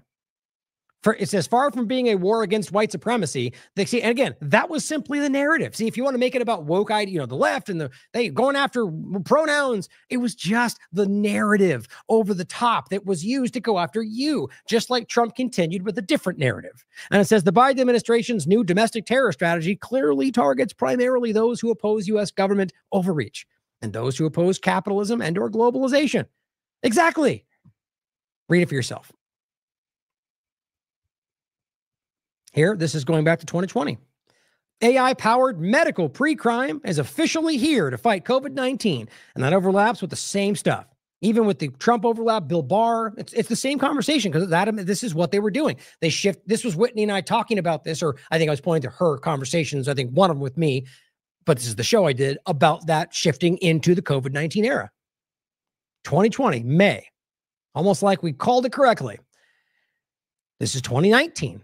Trump's alarming speech paves way for pre-crime, censorship, loss of rights, and U.S. war focus carries on. This one goes back to 2016. Police now using pre-crime algorithm to target and label innocent citizens as criminals, right? So you can literally watch the consistency go through Trump to Biden to Trump, not like I need to point that out to you guys, but I think it's an important thing to think about. What consistency of principles actually looks like. Now, Jason Bachelor has a thread, by the way. He says, the U.S. just funded AI that can ID you. We already mentioned this, right? The low Earth orbit things. I think there's two terms for it. Low Earth orbit satellites. Then there was another Greg Reese did a report on it, and he used another term before that. I can't remember what it was. But the same point. They're like the very low Earth orbit satellites. There used to be a law in place that they weren't allowed to, even though I guarantee they did, to use like a Google Earth kind of thing and actually be close enough to look at your face. Well, they have now funded AI, or just can expose that they're using it, that can ID you from a mile away, from half a mile away. Oh, you know what? I'm sorry. I thought this was so both points. I thought he was talking. What he's saying is, they just funded AI that can ID you from half a mile away just by the way you walk. So we're talking about the gait monitoring, biometric monitoring, that kind of stuff from half a mile away. But I think this overlaps with the same point. It's nothing my mind went with it, of the low Earth orbit satellites that they have now allowed to be able to actually look at your face, like you. They can identify you from space. This is what Greg Reese just talked about. We talked about it back with Elon Musk's overlap in regard to him helping the National Reconnaissance Office build out the satellite spy network that was another precursor before Trump got into power under Biden, because, Elon's a pedophile deep state collaborator, right? Because he worked with Biden's administration, but then he went over to Trump's, and now he's a good guy, but now he left. Now he's a bad guy. All stupid. The point is that he was working with the U.S. government to build out this spy network. And that's one of these, the same point. But so adding to that, using all this infrastructure, AI funded that can ID you from half a mile away by your gate. And then the IARPA's Breyer program, for some reason I have a hard time saying that, integrates your face, body, and even your walk to track you through drones, CCTV, day or night, even in crowds. The tech is already being tested, no public oversight. That's almost always how it goes. Intelligence, advanced research projects, activities, like the DARPA for this stuff. Breyer, biometric recognition and identification at altitude and range. Think DARPA, but for the CIA, NSA. Experts warn Breyer could bypass city-state facial recognition bans. They're so far past that at this point. Do you think, if Trump doesn't care about the Constitution, it's not about one or the other, but that currently is what's being used to roll this out. And if he's disregarding your constitutional rights, which he knows you care about, nothing is sacred at this point. A few other overlapping points that I think are relevant. Sarah points out, hey, on August 27th, the Combat Anti-Semitism movement, right before all this happened, launched a new app called Report It, designed to help users document anti-Semitic incidents in real time. Almost like it's adding to the same direction. almost like it's coordinated. But behind the polished interface lies a surveillance and influence network tied to Israeli military. Who didn't see that coming? It's not even secret, guys. It's a threat. You can read on about it. I mean, they're coming at you from every possible angle. Some for different narratives, some for the same. But really, to me, it's all about the one thing. Canadians caught in the crossfire as U.S. Customs searches of electronic devices rise at the borders. Right? Not certain people, but in general have gone up 22%. Down from, what was it? Where was it? I was just trying to go quick. 23% over the last year. The point is that it's up dramatically from the last administration. And all that means is they're rapidly searching people's phones through the border. And there are ways that it says allowing officers to copy and analyze device content. Yeah, who cares about your constitutional rights? Because we're in the border, the constitutional right free zone, which is all the ACLU is written about. It's all around the country. The idea that you ever are required to hand over your personal device, let alone give them access to it, this is the police state we've lived in for a long time. That's not just Donald Trump. Same thing was happening to Biden, but you can clearly see that Donald Trump has ramped it up 23% more. Now, this is an important overlap. What's the right word for it? She's updating this periodically as new things come around, like a living document of the control grid. From the Solari report, Trump administration digital control grid coming together at high speed. And we're going to talk about this again, probably another IMA panel coming up soon. Quick side note, I'm going to be giving that presentation I did. I turned into a show about technocratic tiptoe. I'm going to be giving that for a legislative report that the Solari report is going to be doing, that it's going to be put in the hands of some policymakers, which I think is important. I'm honored to do that for them. This is a good overview of where this goes. And this is what this is really about, guys, the digital control grid. But this is just the next level, right? The AI, pre-crime, digital ID, social credit, all these different parts, the stable coin, CBDC stablecoin version is another word I was looking for. All these things are happening. It's all about this. So it's important to think about this as it goes forward. We've had many points about this. IMA, the encroachment of the bio-digital control grid, and the Epstein overlap. We did one just called the fast approaching digital control grid. That was a good episode. I talked about this 2025 January. This is about Stargate and other things that overlap. Stargate's just one more part of this whole thing. Donald Trump rolls out the AI biomedical control grid backed by Israel and the deep state. Look at that. Exactly what's happening. Now, we also talked about the funding arm of all of this. One part of it for the Freedom City, kind of Prospera, maybe Washington, D.C. overlap, Pronomos Capital, which is one of the teal funds, and the rapid transition to a techno-feudal state. I think this is one of the important shows I've done right here. This is an important one that shows you the bigger picture, especially with, I think, the material changes on the ground of what might become the technocratic state. That's kind of the way I would see this, but we have to watch if that doesn't make sense to you. But more of this is important to see, how all this comes together. Each one of these moving parts is clearly interconnected. Now, here are some clips that I really wanted you to see. That you've both, if you watch this show regularly, you've seen both of these. This one, a little less. Actually, the other one I'm going to play first. The first one, you've seen more. This one, maybe a little less. Both of which I think are very relevant to this conversation and the mind control overlap, or the, that's what I'm going to get to next, but the surveillance pre-crime, which then in a really alarming way overlaps with where the tech is going. Right? See, this wouldn't do it justice if I didn't at least point to this. But the next show, most likely tomorrow, I'm going to go into more of this, as well as this discussion. I'm going to have one really quickly before we go and wrap off some more points for you.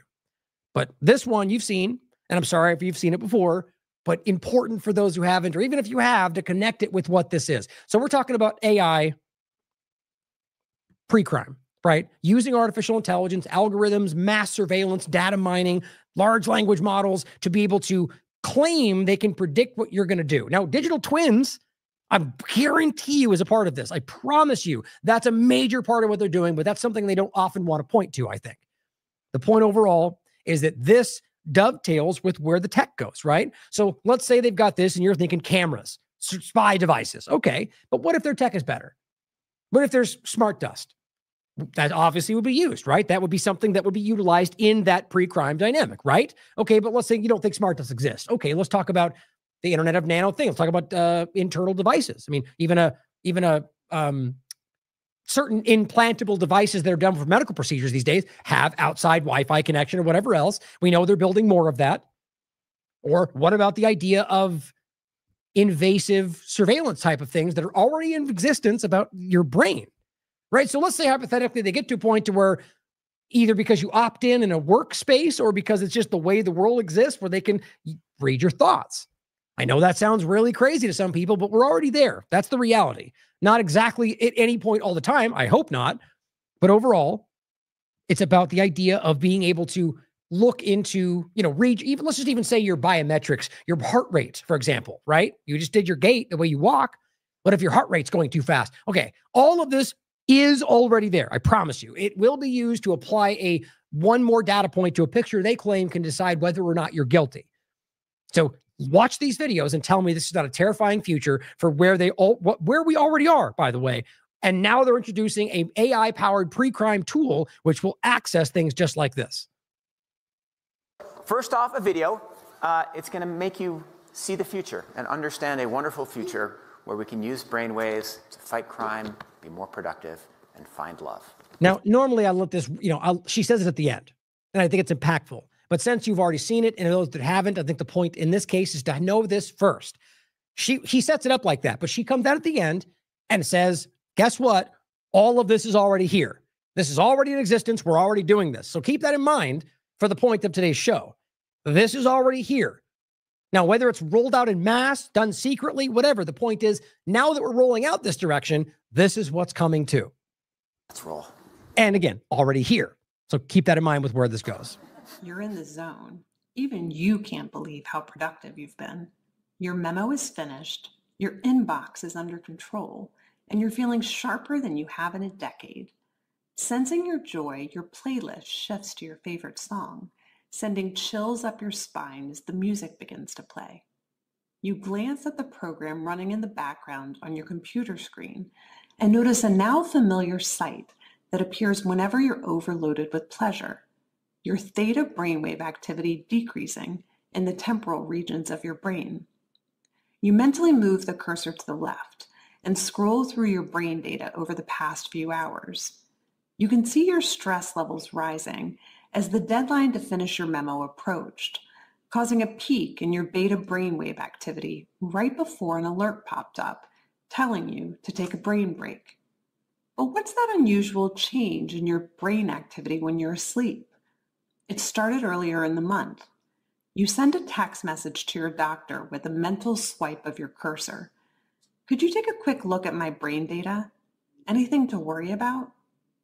Your mind starts to wander to the new colleague on your team, whom you know you shouldn't be daydreaming about, given the policy against intra-office romance. But you can't help fantasizing just a little. But then you start to worry that your boss will notice your amorous feelings when she checks your brain activity and shift your attention back to the present. You breathe a sigh of relief when the email she sends you later that day congratulates you on your brain metrics from the past quarter. Now consider a time in which, this is where we are, which again, we already are. And your brain waves can be altered, faked, sabotaged. I mean, we're talking about deep fakes and whatever else. Like, okay, so now somebody frames you for being about to commit a crime. Good luck fighting that off. Especially when there's no way to prove, you see where this goes. And I'm just simply trying to give you the impression for how frivolous this becomes, regardless of how accurate the tech is. Which have earned you another performance bonus. You head home jamming to the music with your work-issued brain-sensing earbuds still in. Which, by the way, that patent already exists, and those buds, both Apple and others, can be used to monitor your brainwaves. That's a very clear patent. I've showed it many times. This is where that comes into play. By the work the next day, a somber cloud has fallen over the office. Along with emails, text messages, and GPS location data, the government has subpoenaed employees' brainwave data from the past year. They have compelling evidence that one of your coworkers has committed massive wire fraud. Now, they're looking for his co-conspirators. you discover they are looking for synchronized brain activity between your coworker and the people he has been working with. While you know you're innocent of any crime, you've been secretly working with him on a new startup venture. Shaking, you remove your earbuds. You got to love how they frame that as the positive, right? And like they want to scare you almost, you know, they end with like this, whew, I'm terrified even though I'm innocent. What a weird way to frame that. What do you think? Is it a future you're ready for? You may be surprised to learn that it's a future that has already arrived. Everything in that video that you just saw is based on technology that is already here today. Mm-hmm. Just maybe not mass rolled out into your grocery store, right? But it exists. And I argue has been implemented, used, tested on you probably for a long time. Like almost every other thing you can prove that we're dealing with today. Artificial intelligence has enabled advances in decoding brain activity in ways that we never before thought possible. This is artificial intelligence, you said, is what has allowed this to be possible. Yes, we know this now. Now here's the next one. This one is a little bit more obscure. It is connected back to the same groups and the same conversations. This is the one I've referenced in the past about like the Wi-Fi mapping of your room and so on. But it is about the brain. This is the part about the brain overlap as well.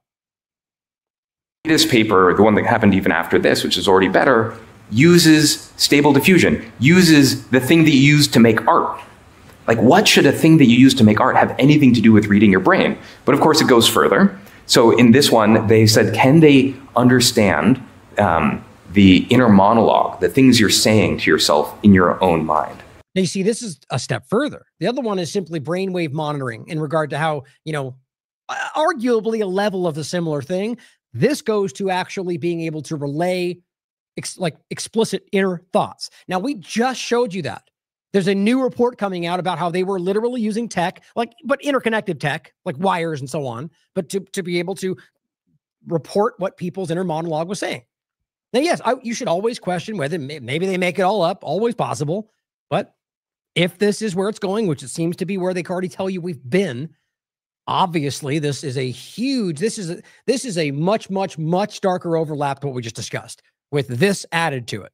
Sadly, which is where I think this is already going. Mind you, by the way, when you dream, like your visual cortex runs in reverse, so your dreams are no longer safe. But we'll try this. So they had people watch a video and just narrate what was going on in the video in their mind. So there's a woman, she gets hit in the back, she falls over. This is what the computer reconstructed the person thinking. See a girl, looks just like me, get hit in the back, and then she is knocked off. Wow. So look, you know why I found that originally very interesting is because of the overlap of the research of Charles Lieber, Robert Langer, the idea of the, and you know, we talked about, for example, the Rockefeller study with the ferret nanotech stuff, where not only was it able to influence the way they moved and act, but it was able to relay data that came from the eyes. It's exactly what they just showed you. Now, I don't know why, I'm not even saying it's the same. There could be another way that they're doing this, but it's the same point. And so it's interesting to think about that, is that they're able to literally relate. And so the real-time conversation is about whether that could and is being done in a large-scale way, as they did with these mice, without some kind of wire running to it. It was either magnetogenetics, optogenetics, and other possible options out there. So this is here in your face. Thoughts, like are starting like me, get hit in the back, and then she is knocked off.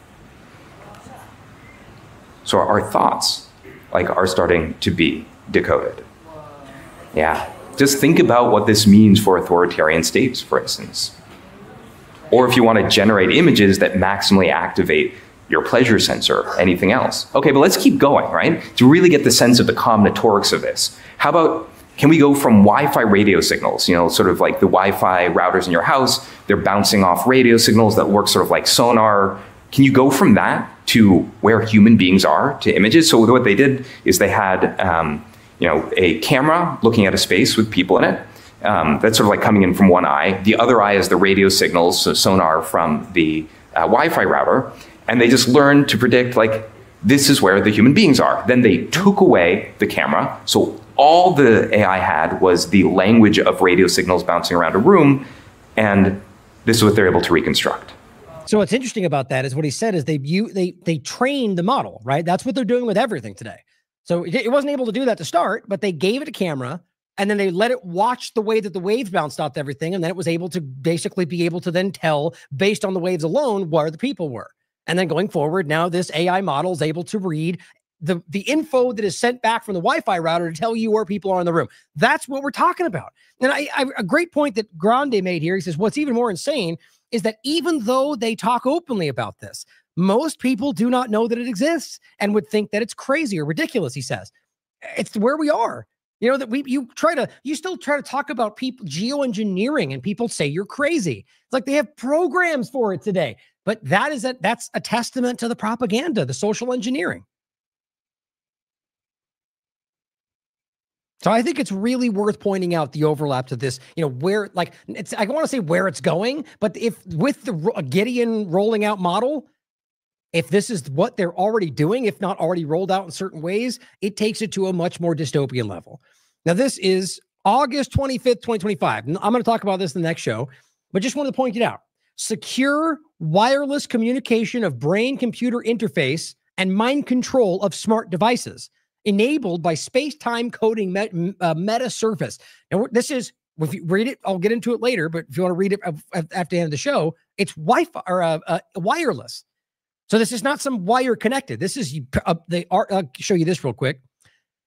It's about people. So here you have Alice in her wheelchair in a room wanting to send or, you know, relay information either to a person or a device, and being able to do so in a way that is, they claim, secure, not able to be intercepted by others because of the cryptography, encryption. Okay. So first, you're talking about being able to use your brain to control a smart device without wires.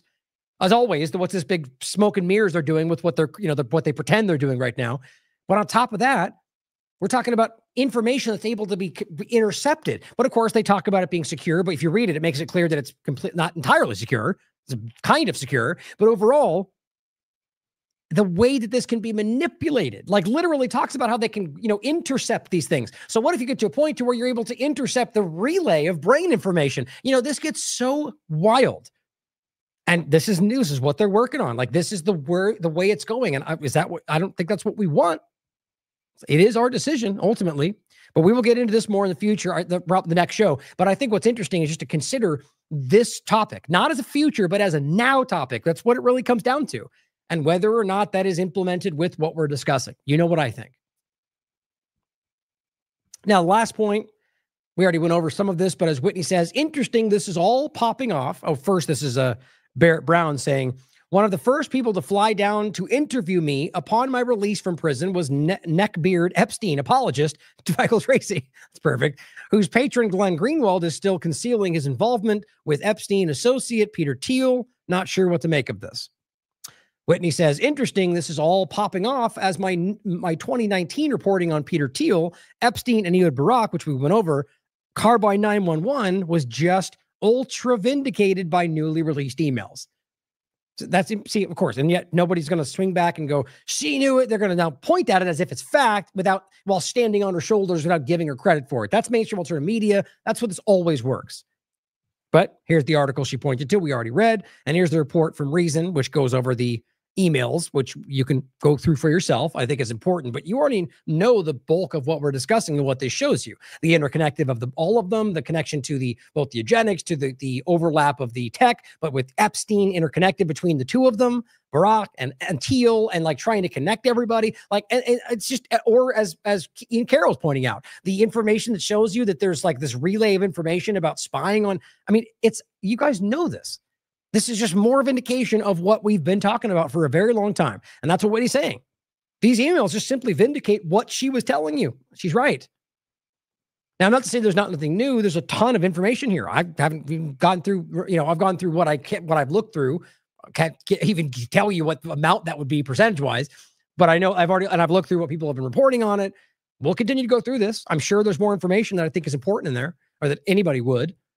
But here's Israel Exposed saying, here is a link to Ehud Barak, so I include it for you. Emails, 100,000 emails, where you can see him and Jeffrey Epstein talking about meeting Peter Thiel, who owns Palantir. But you know this largely because, well, Ehud Barak part wasn't included before, but we already showed you about Thiel's many meetings with Epstein, how Epstein funded him in more than one way. And now we have the point that all overlaps with the Israeli government.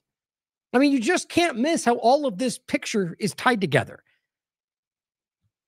Jay Wilderness said Jeffrey Epstein trying to get former Israeli Prime Minister Ehud Barak to join him for a meeting with Peter Thiel. Look at how, and these are the people that are immersed in Donald Trump's administration. Oh, and by the way, they let Maxwell off, and she's in a nice, cushy prison now with the pardon, proffer agreement, excuse me. Since Barak had already met Thiel in Davos, of course, years prior, and took a meeting with him after Epstein's suggestion, referring to it as a first date. Likely in relation to an investment in Reporty Homeland Security Limited Carbine, with Thiel eventually investing in the Israeli firm via his founders fund. So you could argue they just wanted to work together, or maybe they had blackmail on him, like Whitney was pointing out they claimed they had on people in Silicon Valley, and forced him into promoting their invasive Israeli surveillance tech called Carbine 911. I mean, that's just putting out an overlapping possibility. Kind of hard to miss that possibility, though. We totally need more info. And this is, by the way, he says, quote, Jeffrey Epstein, he told one scientist that he was bankrolling efforts to identify a mysterious particle that might trigger the feeling that someone is watching you. How creepy is that?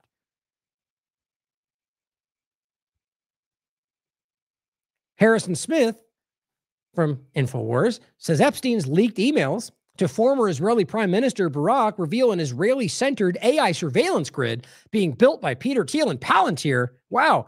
Sounds like he's watching my show. Well, what I said is, but Alex says Palantir is just a small thing Democrats hate because it's watching the government. In other words, he's lying about every part of it. But I'm sure you know this already. Not that he has to, I mean, as I understand it, apparently they talk about what they want. But what's interesting is I don't know how many people recognize what they're a part of.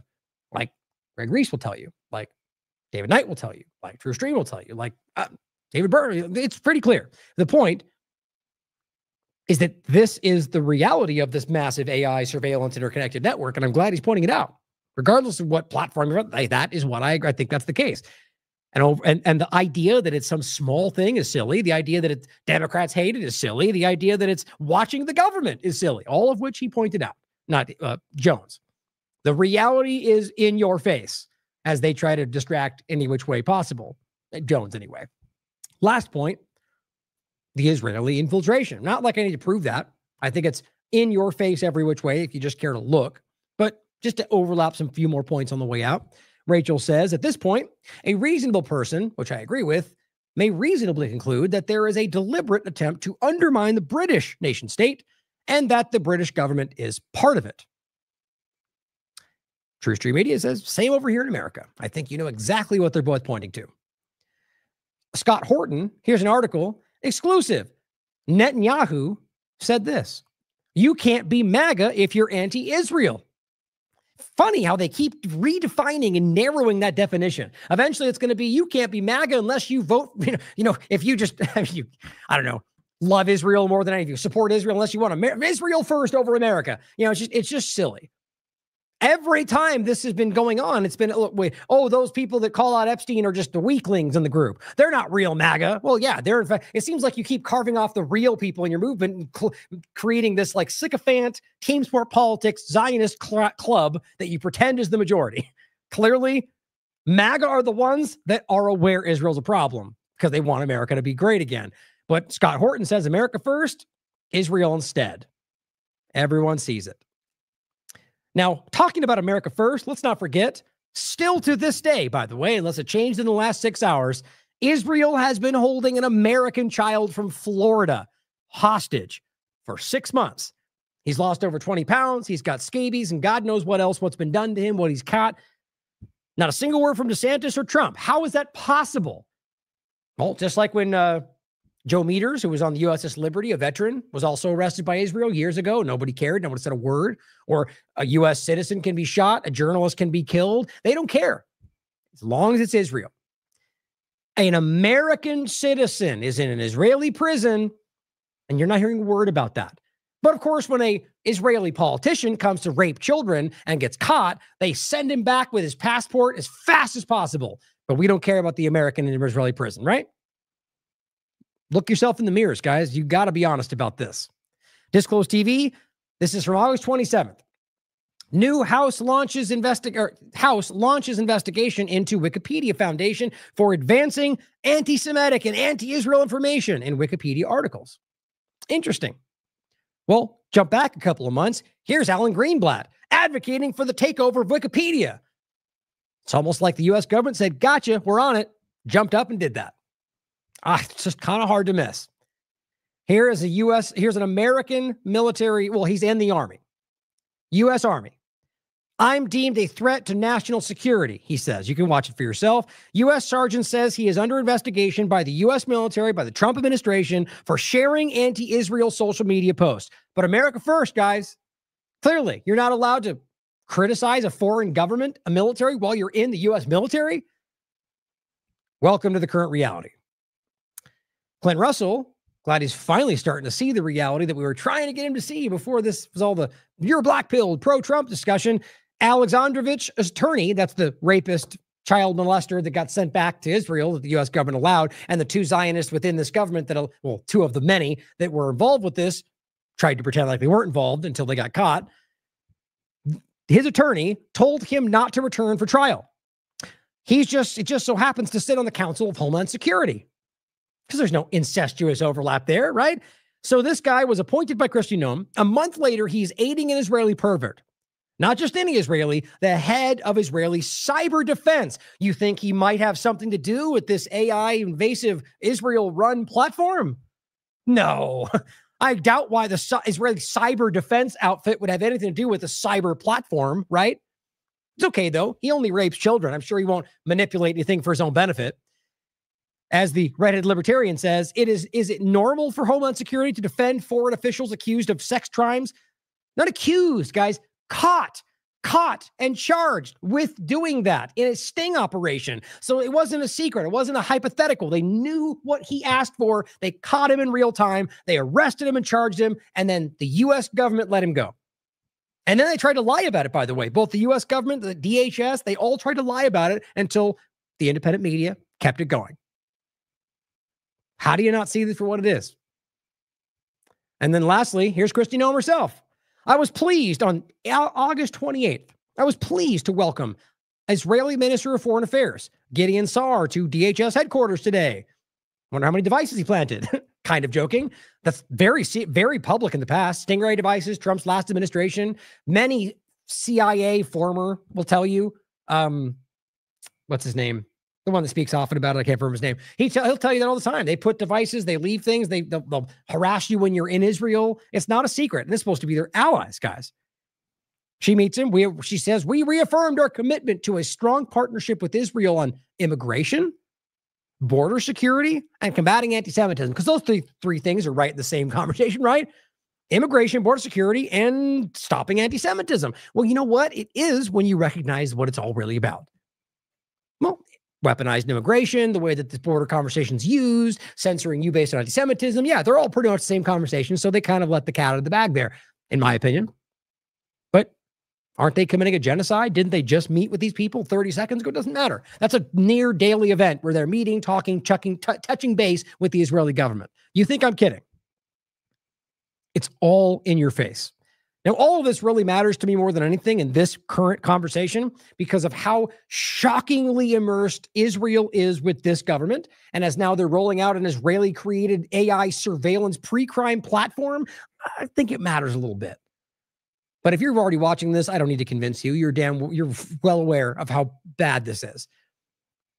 This next step is I hate to even frame it like this, guys, but my honest opinion, as always, this is the worrisome step I've been waiting for. This is what we've been worrying about, what we've been telling you. I mean, we can look, the steps that are what we've been saying has been step by step happening, sadly enough. And now an AI pre-crime with all the other points we've discussed that are already implemented, I feel like this is a step that will be very difficult to take back.